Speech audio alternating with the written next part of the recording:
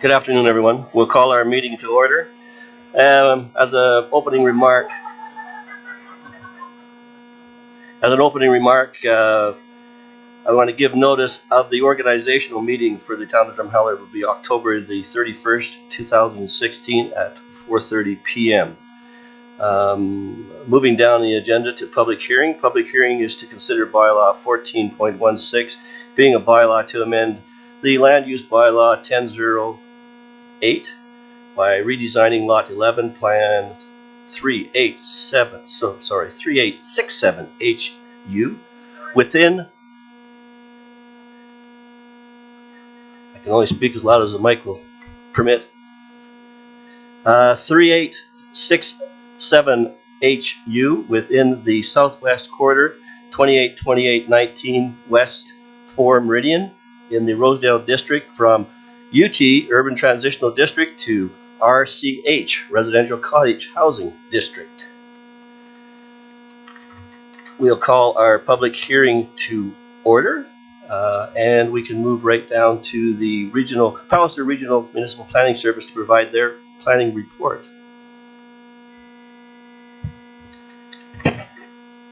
Thank you, Mr. Mayor. I'll move right into the proposal details. The land area is 4.17 hectares, which is 10.3 acres, generally sloping from southwest to northeast. The current zoning on the property is UT, which is urban transitional. The proposed zoning is RCH, which is residential cottage housing. And the adjacent land uses and zoning are SCR, suburban community residential, to the north and east, and R1, residential, to the west and south. The application, as submitted, is for 87 pads or sites with administrative facilities, a convenience store, 2 large commercial tents to be used for activities, mini golf, and a water park. The proposal will see all uses developed under one title with no subdivision contemplated. Access to the proposed development is from Maybot Road on the eastern side of the subject property. All existing buildings are proposed to be removed from the site. The applicant also proposes to dig a water well for irrigation purposes. And I would direct Council's attention to Schedule C for the site layout proposal. In clarifying the intent of the application with the owner at the time of submission, administration was advised that the proposal is to accommodate recreation vehicles and not a comprehensively designed cottage development. Campgrounds, park models, and recreational vehicles are all listed as discretionary uses in the RCH zone. It should be noted that under the building code, as well as in the land use bylaw for Drumheller 10-08, park models are considered recreational vehicles and not standard stick-built dwellings. In terms of process which has been followed for this application, the manner in which a rezoning or a redesignation is processed is mandated by the Municipal Government Act. It is the legal right of any individual to submit an application to be considered by Municipal Council. The application is received and appropriate mapping information is prepared and is circulated to outside referral agencies for input. This includes, but is not limited to, transportation, the health department, and internal municipal representatives such as the engineering department to assess the availability of services to the proposal. Excuse me. Written notice of the proposed bylaw is also required to be sent to adjacent landowners in accordance with Section 692(4)(c) of the Municipal Government Act. Section 692(7) of the MGA defines adjacent as land that is contiguous to the parcel of land that is being redesignated, or would be contiguous if not for a highway, road, river, or stream. In this location, 20 parcels are considered to be adjacent by this definition. Palliser Regional Municipal Services sent out 57 letters of notification on July 26th of this year. There were 9 referral agencies circulated, and the newspaper advertising for the public hearing was completed in accordance with Section 6062 of the MGA, which requires that notice of the bylaw be published at least once a week for 2 consecutive weeks. There have been no referral agency comments submitted to Palliser that were unforeseen. They are standard conditional comments and notes. Only three referral agencies returned comments, and these were the Public Health Department, Alberta Transportation, and the Alberta Energy Regulator. And Council, I would direct your attention to Schedule D for those comments. 47 letters opposing the proposal have been submitted by the public and received by Palliser as of September of this year, with the town receiving duplicates of many of them. Many of those whom submitted comments provided several different versions of their letters. This is noted on the cover page for Schedule E, which identifies all of the letters of opposition submitted. And I will make note that Council has copies of all 47 letters in their package. 6 phone calls were received between August 2nd and October 12th by the author of this report requesting information on the proposal. In general, the summary of concerns is based on a form letter of opposition that was circulated among the residents at the outset of the process by one of the neighbors. Initially, 25 form letters were submitted to Palliser within the first few weeks. For the most part, individuals signed the letter, but infrequently provided any additional comments. The majority of the information was presented by those landowners who submitted original letters stating their exact reasons for concern. I am going to go through a fairly lengthy point-by-point summary of all of the concerns noted in the 47 letters that were submitted. Quiet residential area, do not change. Transient activity. We do not want a campground next door. Enough campgrounds in the vicinity already. Air pollution. Traffic. Already enough with the suspension bridge. Speeding vehicles. Safety of children. Access and egress issues. Road upgrade costs. Costs of upgrades to be borne by existing residents with a big question mark. Diminished water pressure. Congestion. Ongoing dust issues. Vandalism. Property damage due to large amounts of people. Quads, motorbikes, and snowmobiles, disruption to the neighborhood. Light pollution due to street lights. Sewage dump site or trucking issues regarding noise and dust. Concerned with sewage and waste disposal in general. Noxious chemicals for insect and weed control. Loss of privacy. Loss of ambience. Dusty construction. Construction noise. Unsightly net posts. Canadian thistle on site. Current fencing falling down. Internet signal interference. Aesthetics. Loss of green space. Campfire smoke smells. Asthma issues with campfires. Depreciating property values. Debris. Concern with home burning due to garbage and improper cigarette disposal. Pets. Overcrowding of the area. Property tax increase, and no economic value to the community. I should make note that in your report, there are also a few other notes that were submitted, and I believe these were they weren't based on the original submission, they were based after the news article came out and after the applicant went door to door. These additional comments are saying there are concerns with African drumming, generators, dirt bikes, side-by-sides, overgrown and derelict property, what is a health spa or community for special needs individuals, and a question on who would police the site. The Municipal Planning Commission reviewed the application as originally submitted and had a general discussion on the comments received at their meeting held on September 1st, 2016.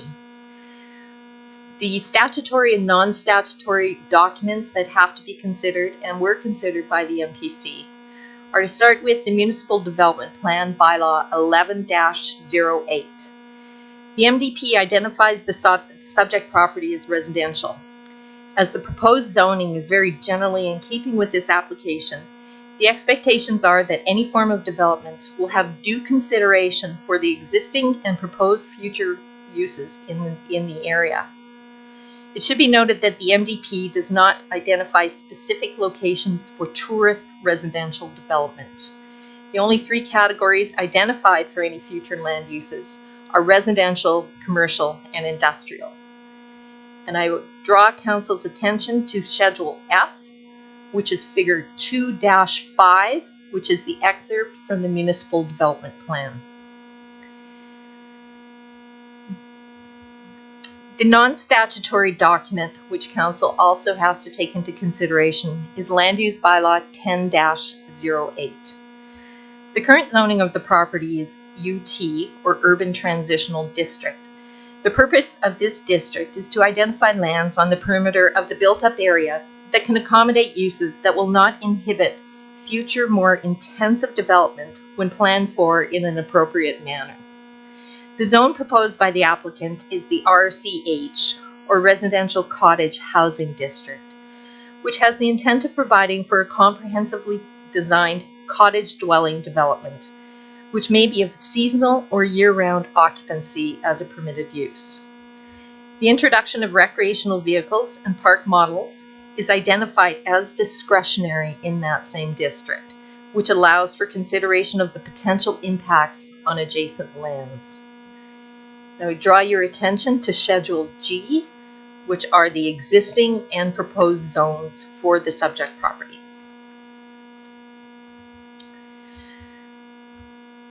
The proposed rezoning as submitted proposes to introduce a substantially different form of development into an established single-family residential area of the community.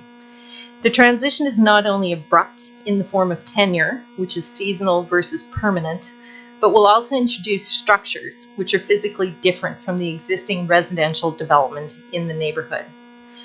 The applicant has indicated that utilities will be extended to service the site, but they will not be at a depth which will support year-round usage.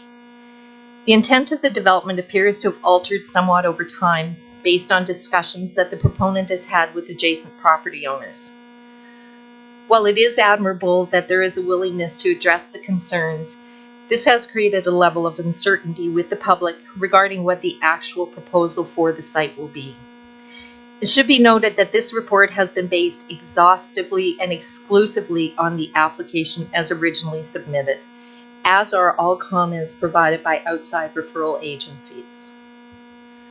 There is some concern with the proposed layout, as there is not a secondary access point identified. Generally, with space provided for approximately 87 units, a secondary or emergency access egress point should be developed to address potential emergency situations on site. As well, given the level of concern noted with dust, it may be necessary to consider hard surfacing of the access road to minimize the impact of additional vehicular travel. The application proposes to incorporate commercial tents for gatherings and for educational purposes. The tents, along with other ancillary uses such as the proposed mini golf and water feature, would have to be for the use of the residents of the subject property only, as there are no public, commercial, or recreational uses identified as either permitted or discretionary within the RCH zone. I have offered three options for Council's consideration, but Palliser Regional Municipal Services recommends the following. Given the nature of the concerns identified and the continually changing proposal for development of the site, it is recommended that Council defeat Bylaw 14-16, as the proposal is not in keeping with the permanent residential nature of this portion of the community, and the quality of life for the residents of the neighborhood would be negatively impacted. Thank you very much. Thank you. Council, do you have any questions specifically of Palliser before we continue on? We will have another opportunity to ask questions later on. No? All right. This may be some redundancy, but it's part of the procedure. So, has there been any written submissions received? Yes, Your Worship, there have been written submissions received, and as stated by Palliser in the report to Council, please note that Council has received all copies of correspondence sent to Palliser and received, and they are included in Palliser's report. I will read out a summary of letters received. So submitted letters opposing the proposed development, 28 separate letters dated from August 2nd to 5th, 2016, stating, respectfully, I oppose the rezoning application to Lot 11, Plan 3867HU, from urban transitional to residential cottage housing district in Rosedale, the following: Ron Peterson and Marnie Peterson, Don Cunningham, Darren Riddell, Pamela Shannon, Brad Garuk, Dale Morse, Hal and Nola Turner, Cindy Cairns, Sophia Savartka, Bruce Godden, Penny Van Dellen, Justin Chambers, Darlene Knutsvig, Lori Turcott and Paul Chin, Kayla Heens and Kayla Hearns and Tony Hearns, Gord Cunningham, Tim Van Dellen, Colleen McDonald, Pamela Sherwin and Colin Gosberger, Robin George, Codina Pierce and Michaela Chambers, Richie Rover, Robert Lee, Catherine Samuel, Mamie Albrecht, Jason Malansky,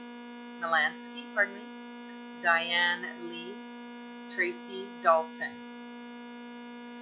As well, submitted letters opposing the proposed development, 2 letters from Dale and Gwen Morse, dated August 9th, outlined concerns with campground in the middle of residential area, a sewer system put into lagoons.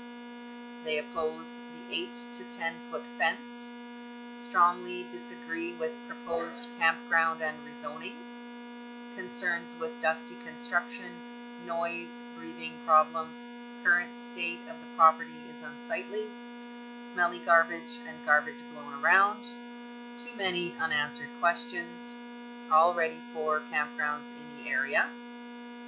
Letter from Barbara Gallagher, no date. No to rezoning, no to a campground. Concerns with campground in middle of residential area. The said property is located on a hill and will be directly overlooking properties.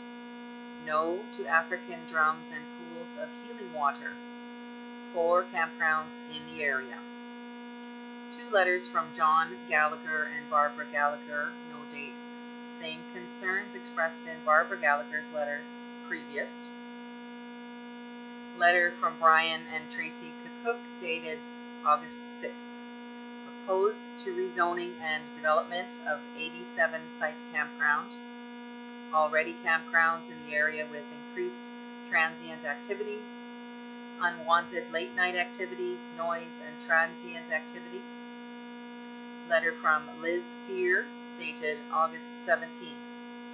Concerns related to the entrance, dust traffic as First Avenue is not paved, activity throughout the day at all hours, concern with the density issue and increased population, concern that quads and motorbikes would be permitted, concern with smoke, installation of lights causing light pollution, sewage dump potential to smell garbage collection, concern with 2 commercial tents on the site, RVs interfere with sight lines, decrease of property value with an 87 campground in the middle of a residential area. Letter from Vern Pascoe, dated August 11th. No town hall meeting called by the developer. Increased road use, increased road traffic. Trailer park in the middle of a residential area. Sewer and water impact. Impact of enjoyment of property. Already 3 campgrounds in the area. Letter from Charles Deal. Opposed to campground as there are several campgrounds in the area. Concern regarding campfire smoke and pollution problem.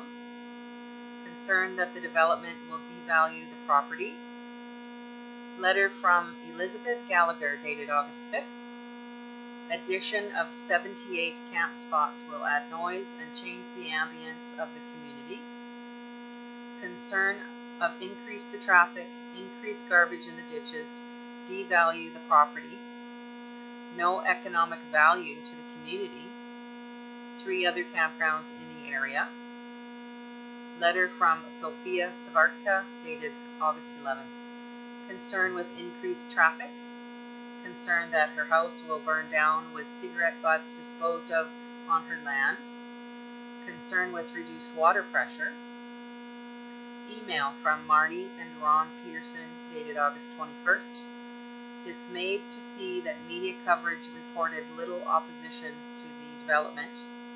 Concerns with overcrowding of the area, invasion of privacy, congestion, noise, traffic, campfire smoke, devalue the property. Email from Heather Gallagher dated August 14th and August 21. 3 campgrounds in the area. Concerns of increased traffic, noise, smoke from campfires, more than 100 new strangers in the neighborhood, invasion of privacy and devalue of property. Concerned campground will turn to leased year-round venture. Email from Rachel Butterworth dated August 15th and August 21. Concerns with safety due to increased traffic, health problems due to campfire smoke and excess dust, devalue property, noise and invasion of privacy. Letter from Tammy Nygaard dated August 6th. Health concerns for herself and community. Safety of children due to additional traffic flow. Devaluing of property, sewage disposal, access and egress onto the site, noise, disrespectful campers, weed control and waste disposal issues, other campgrounds in the area, Your Worship, those are the submissions for the record. Thank you. Next, we'll ask if there's members of the public that wish to speak on this matter. You'll be recognized. We would ask you to give us your name and state if you're going to speak in favor or in opposition to the matter. Is there members that would like to speak? Stand up, please. Just your name, and are you speaking for or against? Okay, thank you. No, thank you. We'll take a whole list of the names here. Is there anyone else that wants to speak? Just one at a time, stand up. You can sit down, Diane. Thank you.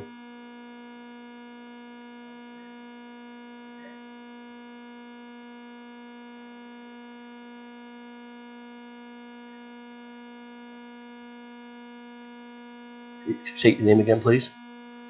Yes. Correct?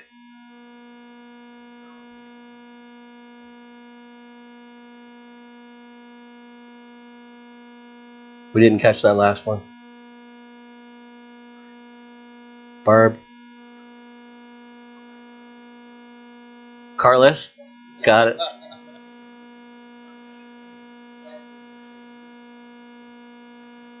Just a second.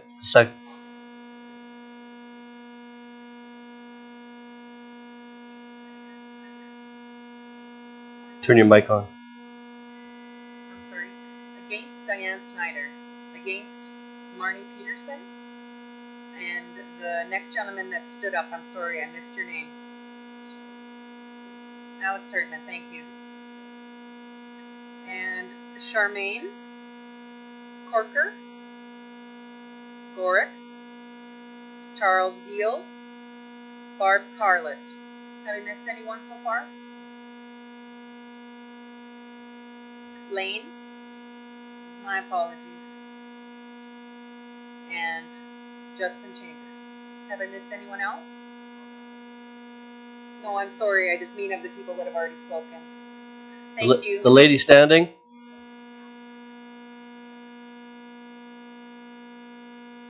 Next. In the back.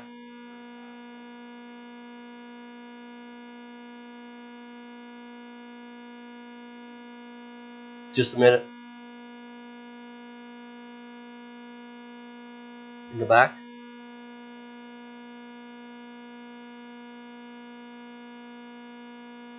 Anyone else?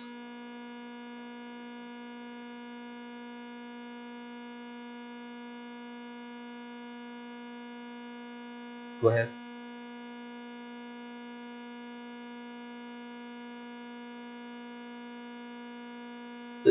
This isn't a poll. These are people that want to speak.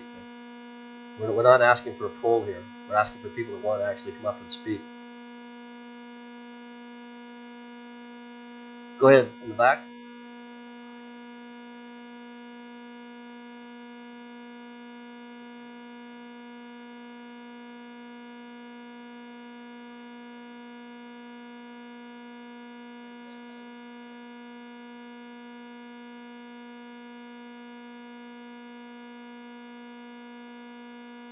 In the doorway.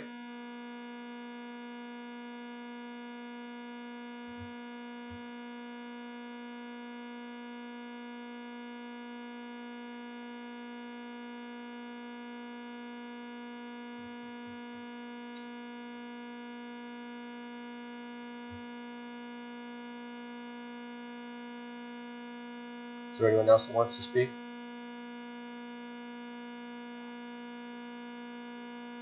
Yes. You'll speak. We're going to hear the. Let's see here. Speaking in favor, you'll actually speak first. Your name? You're speaking for the motion. Okay. Anyone else?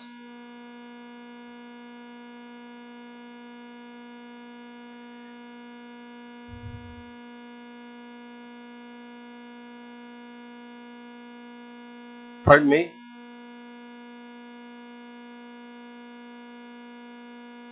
This is not a poll.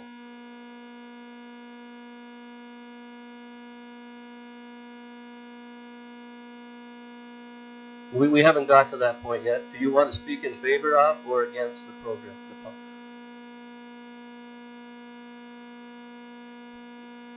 Did you want to speak? You have to be identified. Your name? And you're speaking in favor of? Thank you.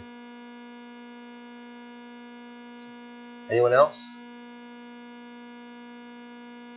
Council, you've heard the names of the people wanting to speak. Are there any objections with any of these people? Thank you. Except, Your Worship, if I could, perhaps we might clarify after the people speaking in favor have completed, with the sheer volume of people who have asked for 5 minutes to address council, perhaps we could quickly establish as their names are called out again.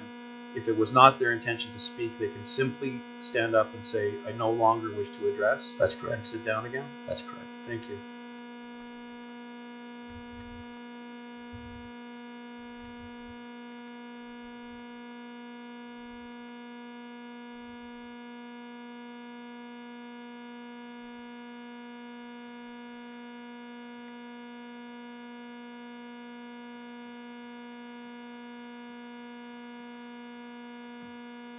Thank you.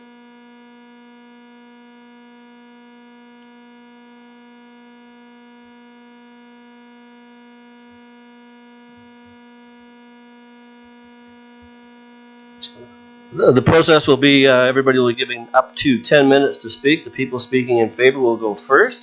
In opposition, will go after that. Council will have an opportunity then to ask individual questions to anybody that has made submissions. After that, there will be a 5-minute rebuttal if necessary. So speaking first are the people in favor, and we have Bob Hamilton. There's a mic there at delegations.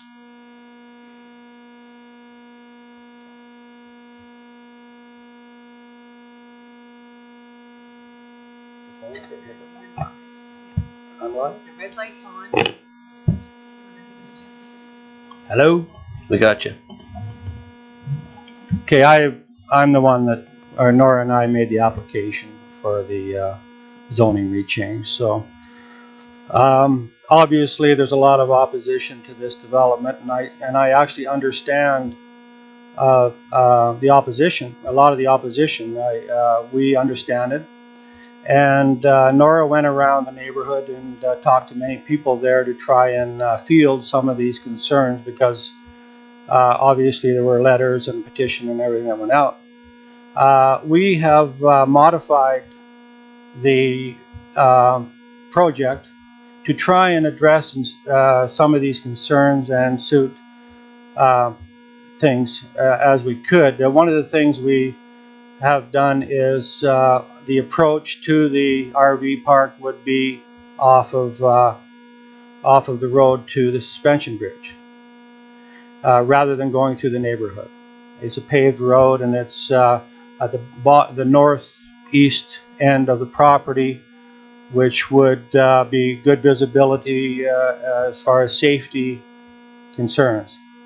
The other thing that we have decided that we would do is literally cut the project in half as far as the parking stalls for the RVs.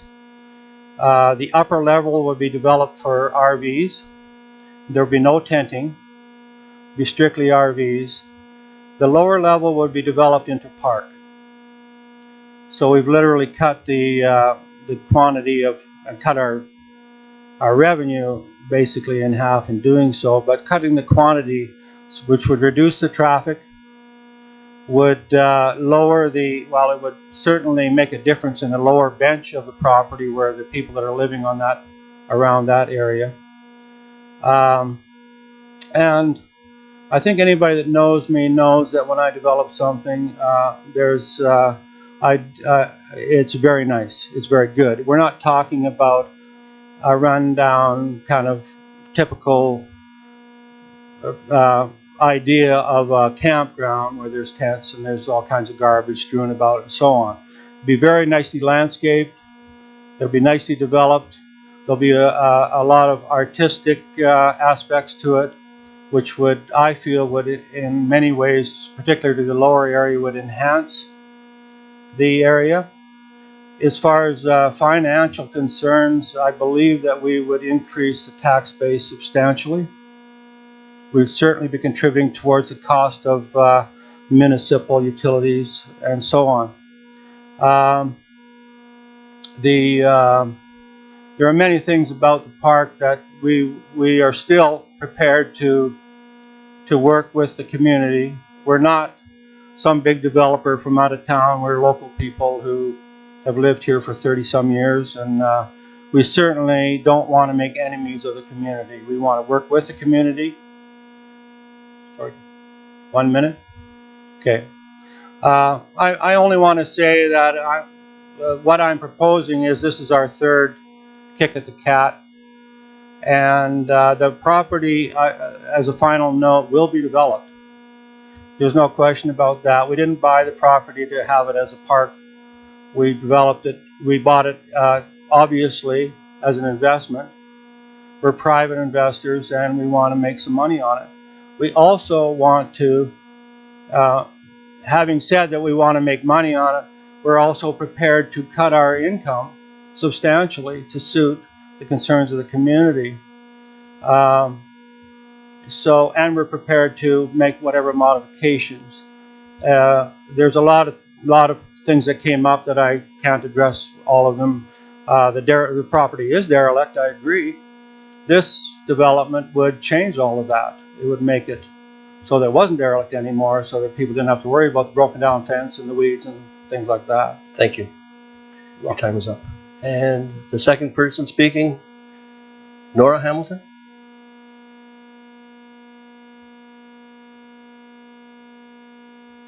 Thank you. Time to speak. Thank you.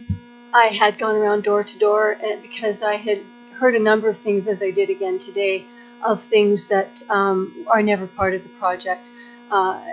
Anything from a whole bunch of campfires to motorbikes or any other kinds of vehicles being allowed to traverse the property.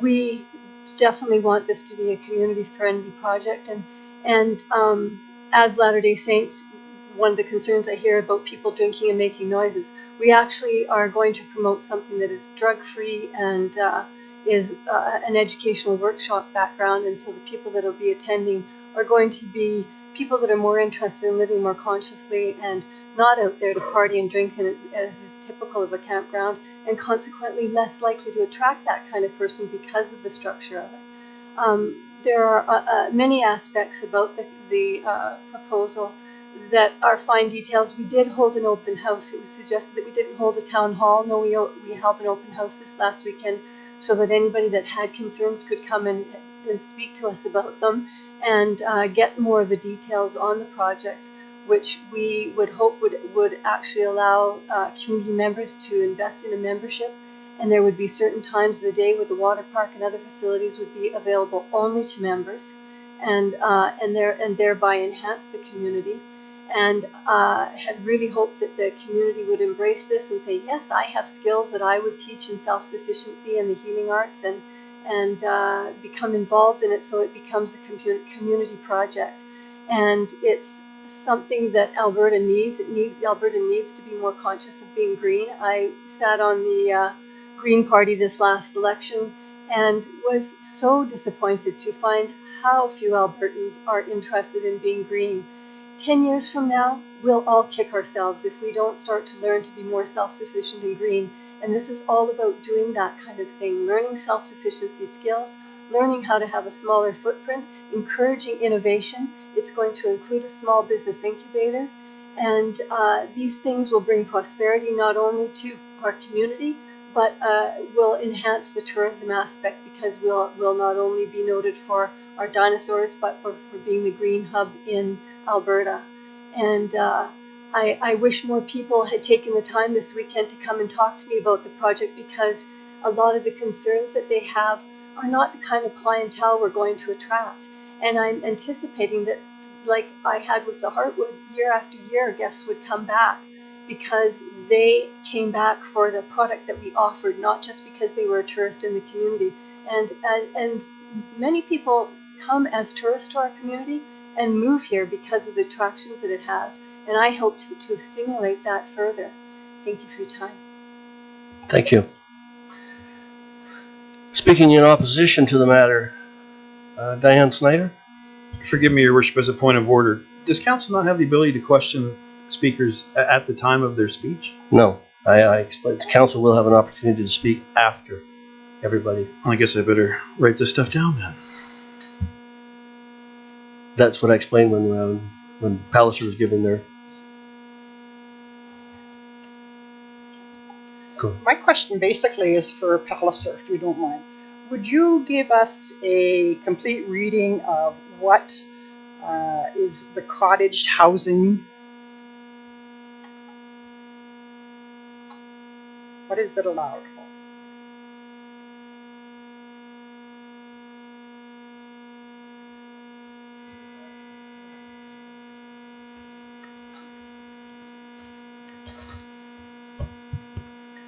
Sorry, all questions are directed through the mayor. He has to allow me. Sorry. He has to allow me to respond to you. I'm sorry, which zone was it? The cottage housing? The cottage housing, the residential cottage housing. What exactly is that zoning? The purpose of the RCH housing district is to provide for comprehensively designed cottage dwelling development and associated buildings and uses that may be seasonal or year-round occupancy within or adjacent to appropriate residential and or agricultural areas within the town boundaries. Subdivision may be accomplished by means of bare land condominium plan, clustered development on a single parcel with no individual titles, or fee simple lots. There are only 2 listed permitted uses, which means they can go on site. That is common buildings such as recreation buildings, laundromats, washroom, showers, those type of things, and the cottage dwelling itself. All other uses listed in the zone are discretionary. So in other words, what you're saying is this 87 recreational vehicle pads would be a discretional use. That's correct. And how do you put an RV pad as opposed to a house? One is a structure, people stay there. The other one is an RV, people move in, people move out. How can you possibly put the two together? One doesn't conform with the other. How can it possibly be a discretionary use? This is within the existing land use bylaw for Drumheller, and that's why a discretionary use looks at the surrounding neighborhood. It's not an automatically issued permit. Development officers, municipal planning commission will all review discretionary use proposals based on their site specific. There's a whole list of discretionary uses within the zone. Would a mobile home park be one of those discretional uses? A park is not a use, it's a site. A mobile home Mobile home. is different than a park model home, and they're actually called manufactured homes now. Okay. So the modular home, park model homes, and recreational vehicles are all discretionary uses.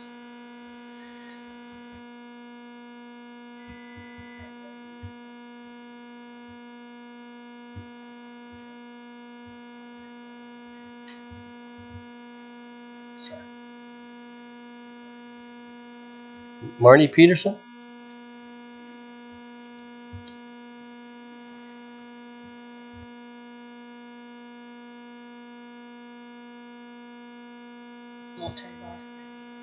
Thanks. Hi. Thanks for having this hearing today. I'd just like to say I was one of the people that walked around the neighborhood right before the August long weekend, just to see who had received letters and who hadn't received letters, and what was the general tone of the neighborhood in regards to this application. And people were really happy to talk about it and see somebody taking some initiative, because a lot of people at that time were actually away on holidays and away for a good chunk of the summer. So we weren't sure how quickly this was going to be happening, because I don't know a lot about this kind of thing anyways. But the general tone of the neighborhood did seem to be that people were very against having any kind of campground or transient type dwellings in our neighborhood, because Rosedale is a neighborhood. We have our own culture, our own flavor, just like any other neighborhood does. And even though we're not trying to keep other people out, we would like to have it, as most people thought, probably some acreages or some homes in that area. And that's exactly what I feel too. I don't hold anything against the Hamiltons, and I wish them well. And I think we all believe that the land will be developed at some point. We can't hope and just stamp our feet and think that it's going to remain a park for the rest of our lives, which would, of course, be the best. But having a campground, park models, anything that's not permanent and part of our community, and something that the infrastructure in our area can support, I think we're against that, and I know I am. Thank you. Thank you. Next is Alex. Is it Herdman? Alex Herdman?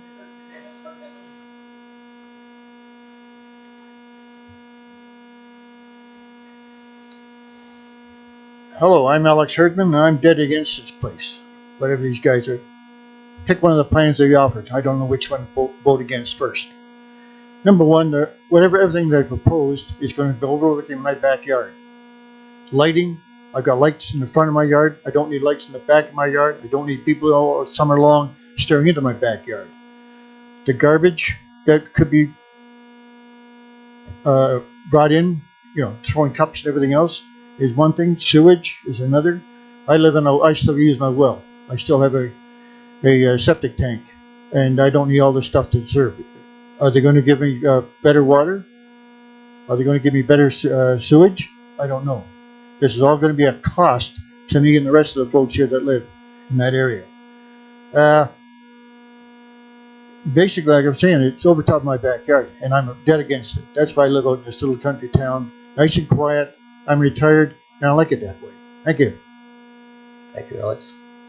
Next is Diane Lee.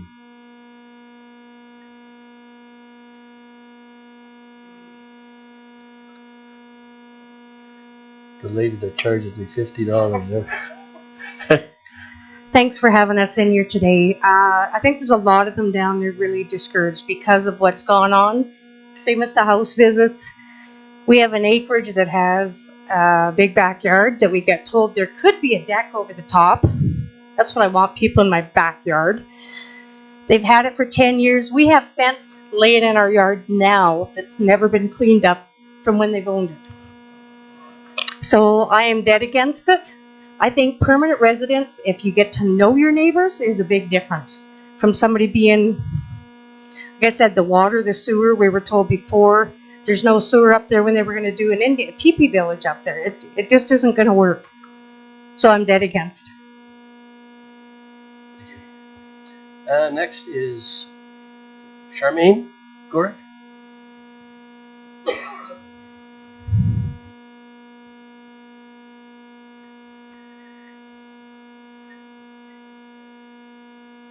Just push that face. There's a little.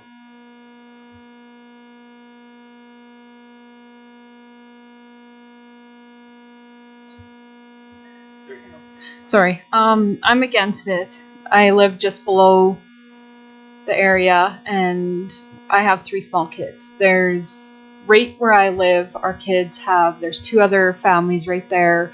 Our kids are on the streets, not saying that that's okay, but it's a small community and our kids play outside. And as much as we teach our kids, look before you cross, there's already people speeding by all the time. So I just think, especially if the entrance ever was to come past our place, would be really bad. But even just having extra people around when our kids are out playing in the summer, when they're going to be outside the most, I'm not comfortable with that. There's the noise, and at night, who's going to be there to make sure that, who's going to supervise at night? And what about when they sell? Because they're not going to keep that campground forever. Eventually they're going to retire, and if they hold true to their promises and it's great, what happens then? Then we live there. I plan to live there for 30, 40 more years. So, yeah, I'm against it. Thank you. Charles Deal.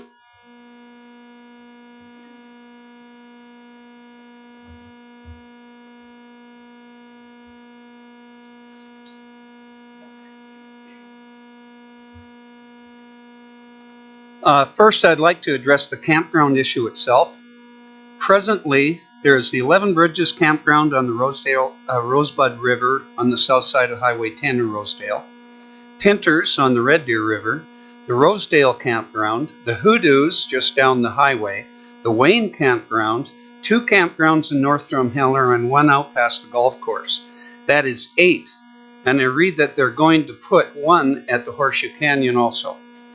I'd like to ask, just how many campgrounds do we really need? I can only think of 7 in all of Banff National Park. This proposed campground is smack in the middle of a residential area. The property is literally surrounded on all 4 sides by family residences. Would you for 1 minute consider a similar project in the middle of a residential area in Drumheller proper? How about in a large open area between railway tracks and Highway 10 across from Green Tree Mall? Or the large park area between the river and Riverside Drive? Of course you wouldn't.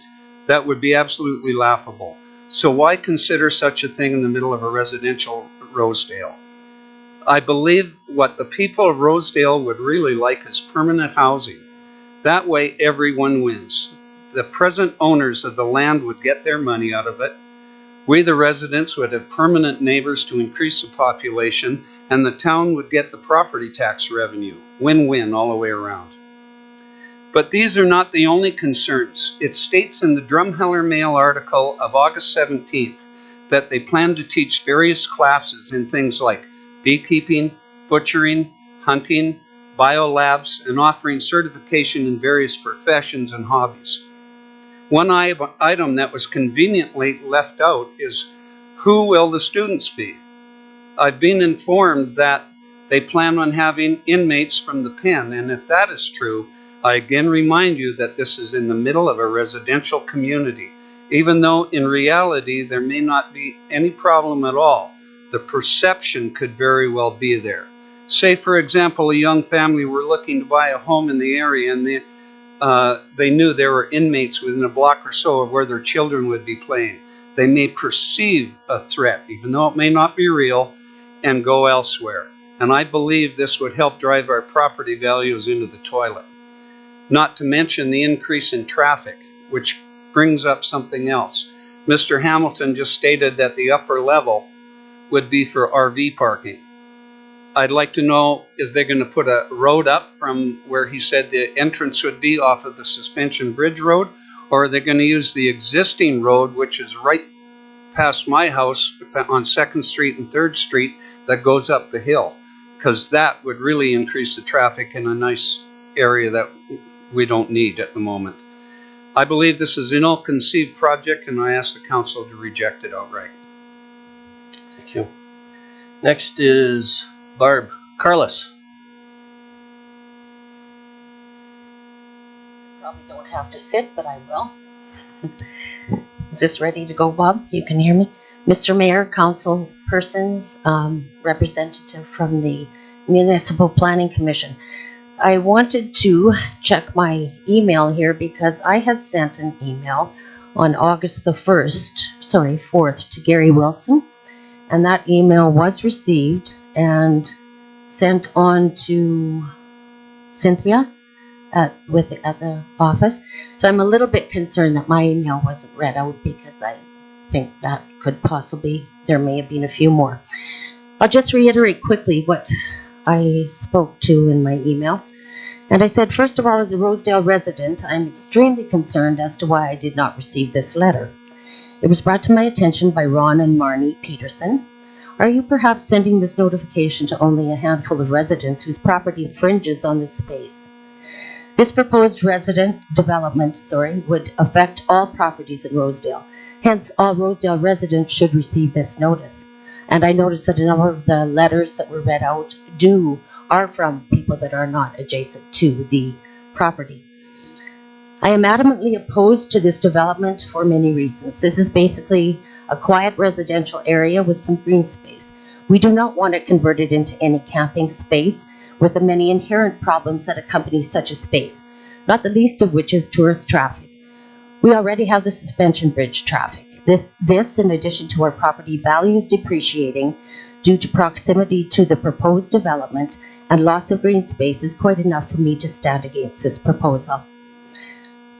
I would very much like a timely response, and Gary responded to me the following day. Thank you for your email with your comments and concerns. I have forwarded it onto Cynthia within our office, who will be dealing with this file and will be in contact with the Drumheller Municipal Planning Commission. So, just to know that I did send one.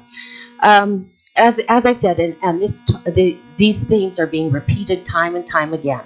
We feel that it's going to affect our property values by depreciating them in Rosedale. We have traffic concerns like crazy in certain seasonal, from spring to fall in Rosedale. And I think that, again, it's just not a well thought out idea. I have great respect for Bob and Nora Hamilton. I've known them for years, and I understand that they can't sit on this parcel of land forever as well. I just think that placing a campground in the middle of a residential area just cannot work. And again, as Charles was speaking, would we place it in Midland? We'd have an uproar. Would we place it in Green Tree? It's the same kind of scenario. I think it's just not well thought out. And thank you for your time. Thank you. Justin Chambers?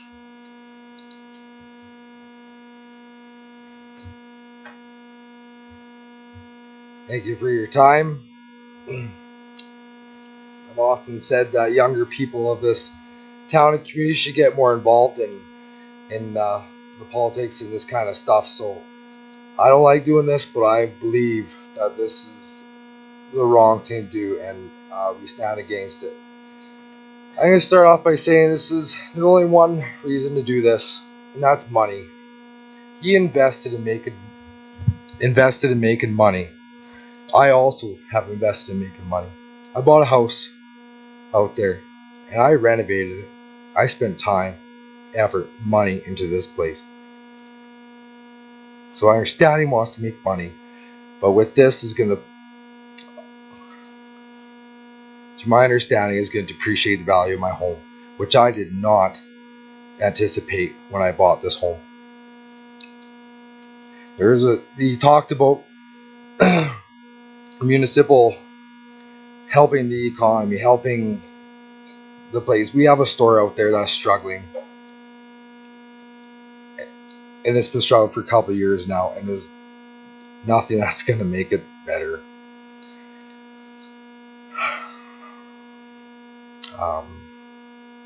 My biggest concern is with my children, with the traffic. I have a bus stop right outside of my house, cresting a hill. We don't have any child school zone. We have nothing that identifies that it's a place to slow down. And you're going to increase the traffic, and there's one thing that campgrounds have in common, and that's alcohol. And I don't care what title you put to a campground, to a place of this magnitude, there is going to be drugs. There is going to be alcohol. And in my cul-de-sac alone, I have 10 plus children roaming the streets, driving their little electric cars, and I don't even have a sidewalk to run, to jog, to exercise. I have to jog in the ditches that have garbage in them because people litter. 11 o'clock at night, I got people driving past my house with their mufflers, with their big trucks, with the usual. It doesn't make any sense to me at all. Playgrounds in the vicinity already have not been kept up. There's a 2-foot drop at the end of a slide. There's fecal matter all over the playground, and I cannot let my kids play in this. I understand the proposal to make money, but what's to stop to develop it and sell it and run away? I do not agree with that, because I do believe that is a very fluid possibility. Mass construction, we do not accept this in Drumheller, and I don't understand why we'd accept it in Rosedale. They want to cut this proposal in half, but for how long?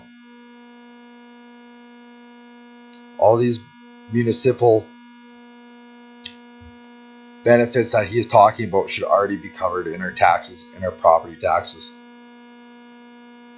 I thank you for your time. Thank you. Next is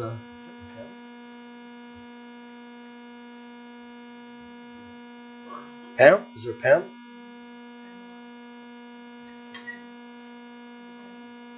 Pam Sheeran? Good afternoon, Mr. Mayor, council members. 4 years ago, my small family and I decided to make the enormously large move from Ontario to Drumheller, and we chose the community of Rosedale because it was quiet and small, and it was a place where my young kids can grow up and get to know our neighbors and play together. I live at 111 Ariel Crescent. It's number 5 on the map. My kitchen window looks directly over the field, which is a lovely, lovely view. If I had known 4 years ago when I purchased the property that there were plans to have that field turned into a campground, I wouldn't have bought the house. And in speaking with a real estate agent, I learned that a campground in my backyard would drop my property value by $15,000 to $20,000.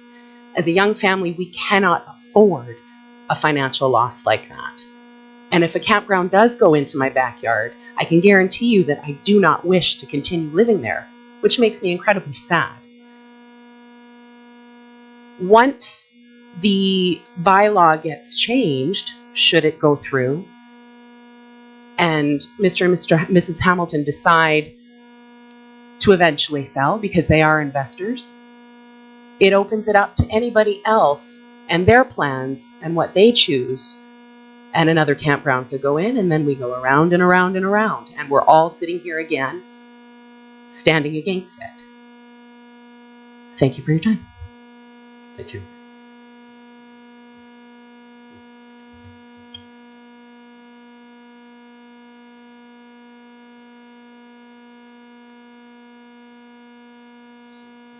Oh, Sophie. Sophie. Sophie.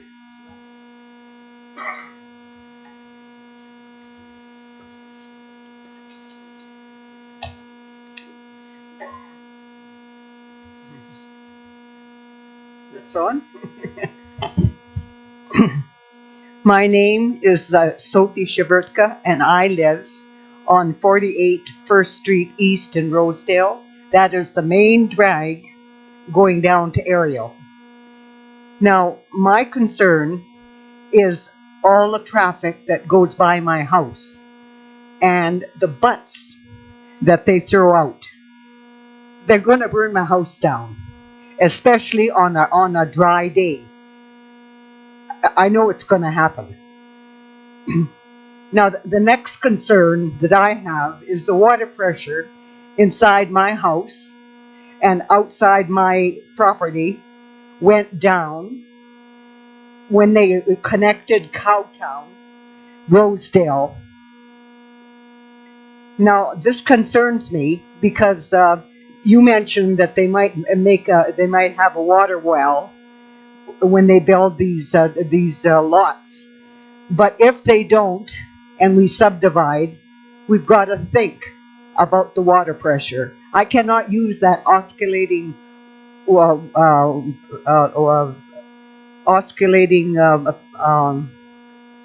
sprinkler anymore.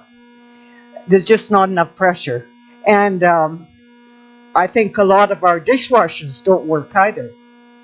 But anyway, I'm totally against this.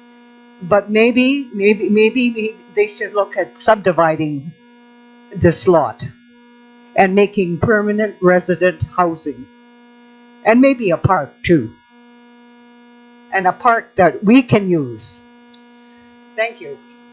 Thank you, Sophie. Next, it's Vern Pascal.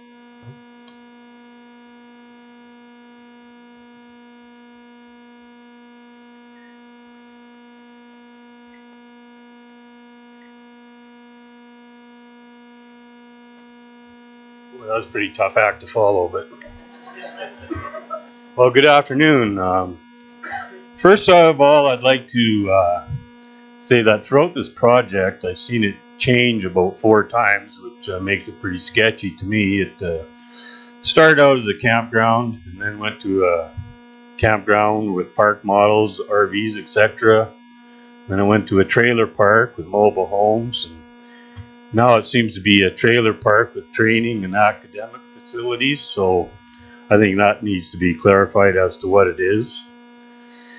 It originally went from 87 sites to, right from Nora Hamilton, to 67. Now I see it's back to 87. So again, we need clarification on that. And so 87 sites could mean there could be anywhere from 87 to an infinite number of people around there at any given time. So, you know, all that in my own backyard I don't need.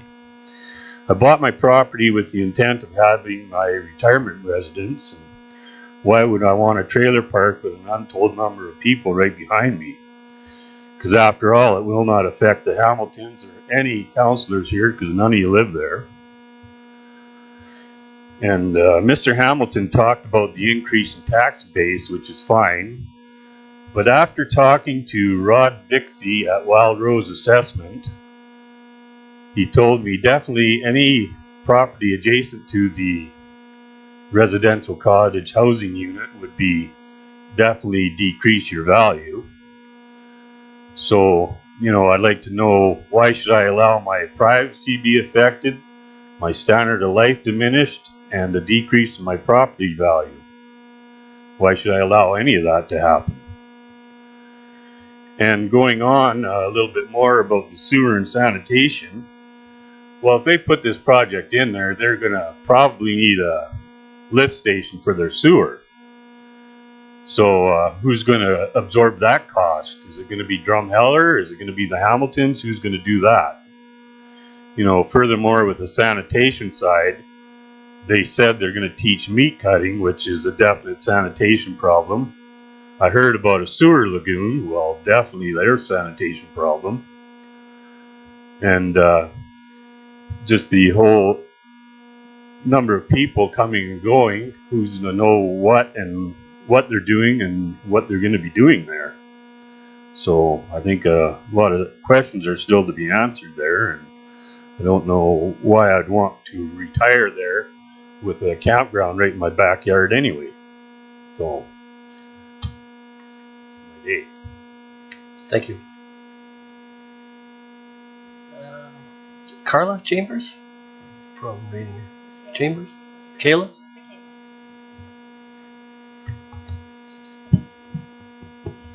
Hi, my name is Michaela Chambers, and I'm a mother of 2 young children. I have a 3.5-year-old and a 1.5-year-old. I live at 103 Ariel Crescent, so that's at, I describe it to people as the top of the hill on the way to the suspension bridge. There's a bus stop just outside my bedroom window, actually, my garage door, and it's a very, very busy road. I believe it's First Street. Anyway, small town, so it's anyway, very busy road. And when we moved there about 2 years ago, and it wasn't our first pick due to that road, but we saw it as an investment. It was just kind of one of those odd opportunities that we were able to flip a home, and we thought this might be nice. As a young family, we were in a very small home in Drumheller, and we had a young girl. And right when we moved in, we found out we were expecting again. So it turned out to be the right decision. As it's turned out now, we've actually really quite enjoyed it. We have a very nice large backyard. We go hill climbing. I am very pro-green, if you will. I'm very conscious about the environment. And so when this came about, that was my number one red flag, really, was traffic. And I appreciate the fact that she wants to be green, wants to see this as a green operation, but I'm really struggling to see how can this be a green operation with the influx of vehicles. And I'm sorry, but as much as you would like to have good campers, you don't know who you're getting into your park until they leave. You don't know what the situation is going to be like until they leave. I'm sorry, but with best intentions and, with all due respect, really, you don't have a crystal ball. And, things like garbage and whatnot, I appreciate them wanting to keep up on that. I understand that that's obviously something that you would have in an operation like this, but can you really keep up to 87 campsites, multiply that by a family of 4, average, and calculate how many people that is? Furthermore, dogs. What about pets? People, they don't care. They're on vacation. They don't live here. They don't have to face us every day. They don't know us. They let their dogs loose. I have 2 dogs myself. Again, young children. It's not that I leave them unattended, but it takes that. It's that fast. It takes moments, and it's the same with traffic. It's not that I let my children run out in traffic, but it takes 2 seconds. I already have people coming into the cul-de-sac looking for directions, just looking to look at their Google Maps or whatever. And, we've already had enough close calls as it is with them just being in the front of my house, on the front of my street. In my yard, The other thing too, just people, they're camping. They're not going to sit at their campsite the entire time they're there. I imagine we see people riding their bikes, and I tell you, they ride their bikes around the little loop in Rosedale once. I never see them do it again, probably because of the traffic. You're dodging Winnebagos, you're dodging people doing 50 kilometers an hour. There's no sidewalks. There's no place for them to ride their bicycles. I can't go for a walk with my kids. It's dangerous. I take my children to Drum to go to the playground, to go for walks, to ride their bicycles. Either that or we go hill climbing. There is no other option for me because it's unsafe. And so I'm not opposed to them developing. I understand they have an investment just as much as I do. And it's a beautiful piece of land. I don't think it should just sit there. I mean, as nice as that be, I understand. I do. I'm going to reiterate, everybody's really said, why not? Why not permanent housing? We get to know our neighbors. There's a possibility of putting in a playground. Maybe there's a possibility. It's 10 acres. Like, I'm sure you could put some sidewalks through there. There would be much more beneficial to the children that are live there. I think there's over 10 kids in our cul-de-sac. Most of them are under the age of 10. And I really feel like it's a win-win. You subdivide that by 5 2-acre lots. You could do much more than 2-acre lots in there. That's a lot of money. You can certainly put in some very nice homes and some very nice lots in there. I do believe that there's other options, and I think that they should be explored. If I had known 2 years ago that this was going to come up, I never would have purchased this. Thank you. Thank you. Patty and Van Dellen.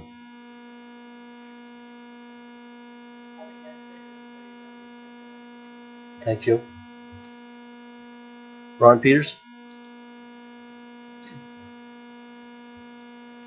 I'll try not to repeat everything that everybody else who's against us has said, but I want you to know that I agree with everything that they've said, and I suspect you're going to hear much more of the same from everybody who's going to speak after me. So I'll try and touch on things that haven't really been touched on yet. And one of them is the municipal development plan, as the representative for Palliser said, provides that this area should be for future residential use. I can't imagine how a campground qualifies as future residential use. It's a short-term rental accommodation for a matter of a day, a night, maybe a week, certainly no longer than that. If that's not commercial land, I don't know what is.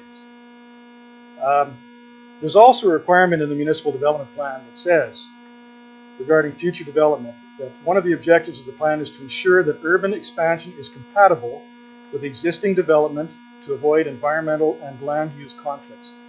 I think you've heard from everybody here, other than the Hamiltons, that this is not compatible. Somebody pointed out that none of the council lives in Rosedale. You do live in Drumheller. You have residences in Drumheller. I'd like you to imagine, just for a minute, that you all live in Rosedale, in an area pretty much like you're sitting now. Right there, in the middle, they want to put a campground.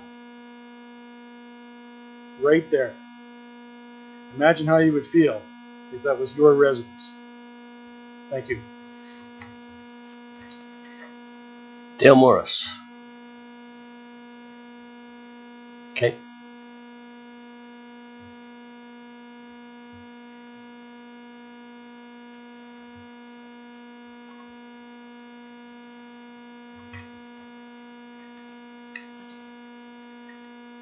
Good afternoon. I live right on the back of Hamilton's property there, and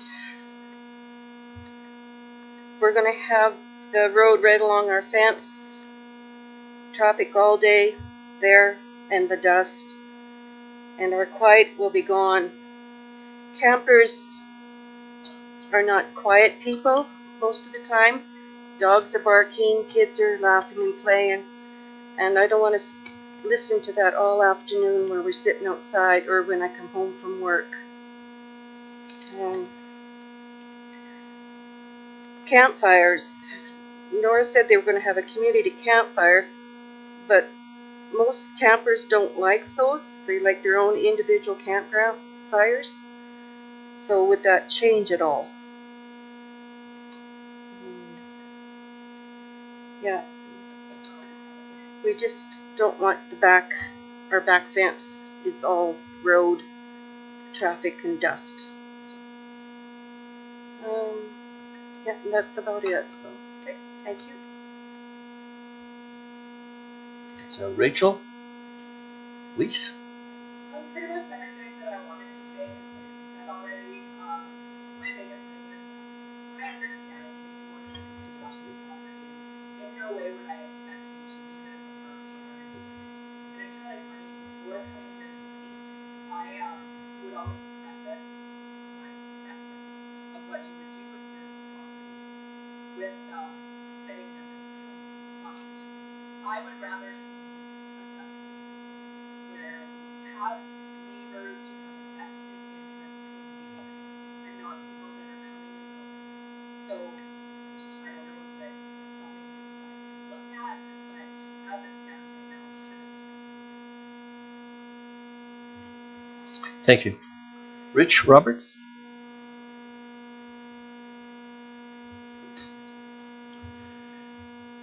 Yeah, after 40 years, we moved back to Drumheller because we thought a great place to retire. We purchased 158 River Railway Avenue, and it's just been wonderful down there. And why these people are against it, all you have to do is go down there and take a 15-20 minute walk around, and you'll understand. Last night I watched, I just caught a bit of the news there, and our former Premier Jim Prentice was on. I believe it was probably after the last election. He said the people voted for what they wanted because we live in a democracy. Thanks.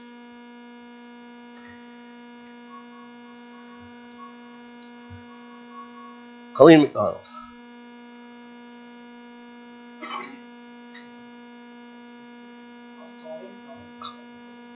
Yeah.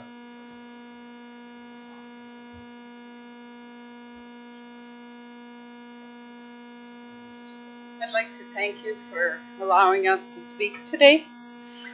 I'd just like to say I've lived in Rosedale many years, and I really appreciate the respect and the privacy we have there. I also appreciate the beauty and the development that we have had. I concur with all the previous comments that have been said, and I really wish the Hamiltons well also, but I would really hope you would consider permanent residency because I love Rosedale. Thank you. I think it's Ken Van Dellen. Kim? Yeah, I was against you giving pretty much copy paste what everybody else said in here. I guess I was involved in a subdivision myself down there about 17 years ago, and I realized it would be a bit of a Providence like to push one of those through and get it going. But all you need to do is take an aerial shot of that, and you can tell that it's urban residential. Fish Lake is cottage country. And Kaylee Chambers?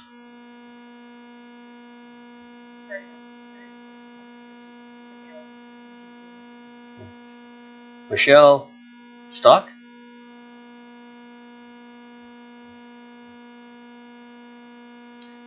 I live at 80 Railway Avenue in Rosedale, so when people miss or get confused and don't continue on the Suspension Bridge Road, they'll just go right in front of my house.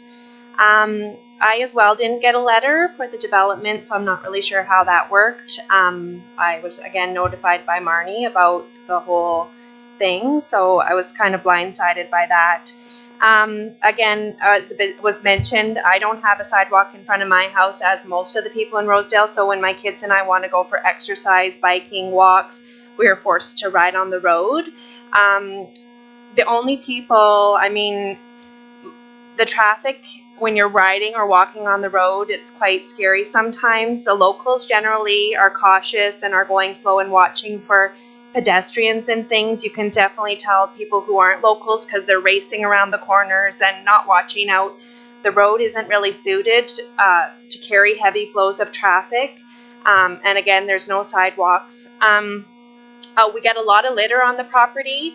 I'm assuming it's not locals because I think that we all respect our community a lot. The litter, in fact, just to clean the place up, my kids and I have picked litter up because when you turn left off of Highway 10, the litter in those ditches is just crazy. And what ends up happening is it blows onto our property. It's just crazy, the amount of litter, and I'm assuming it's probably tourists, transients. They don't really care, just throw stuff out their car windows.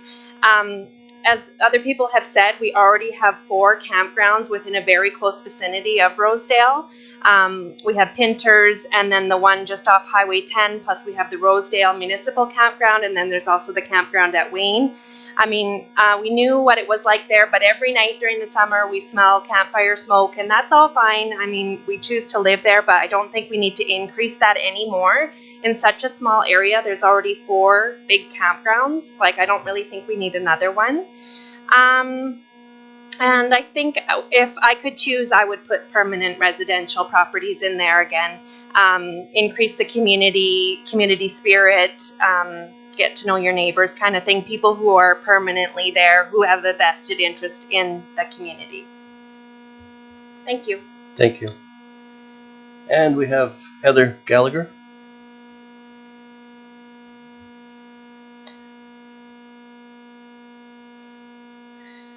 Mr. Mayor and councillors, thank you for having us today. Most of my concerns are the same as everybody else.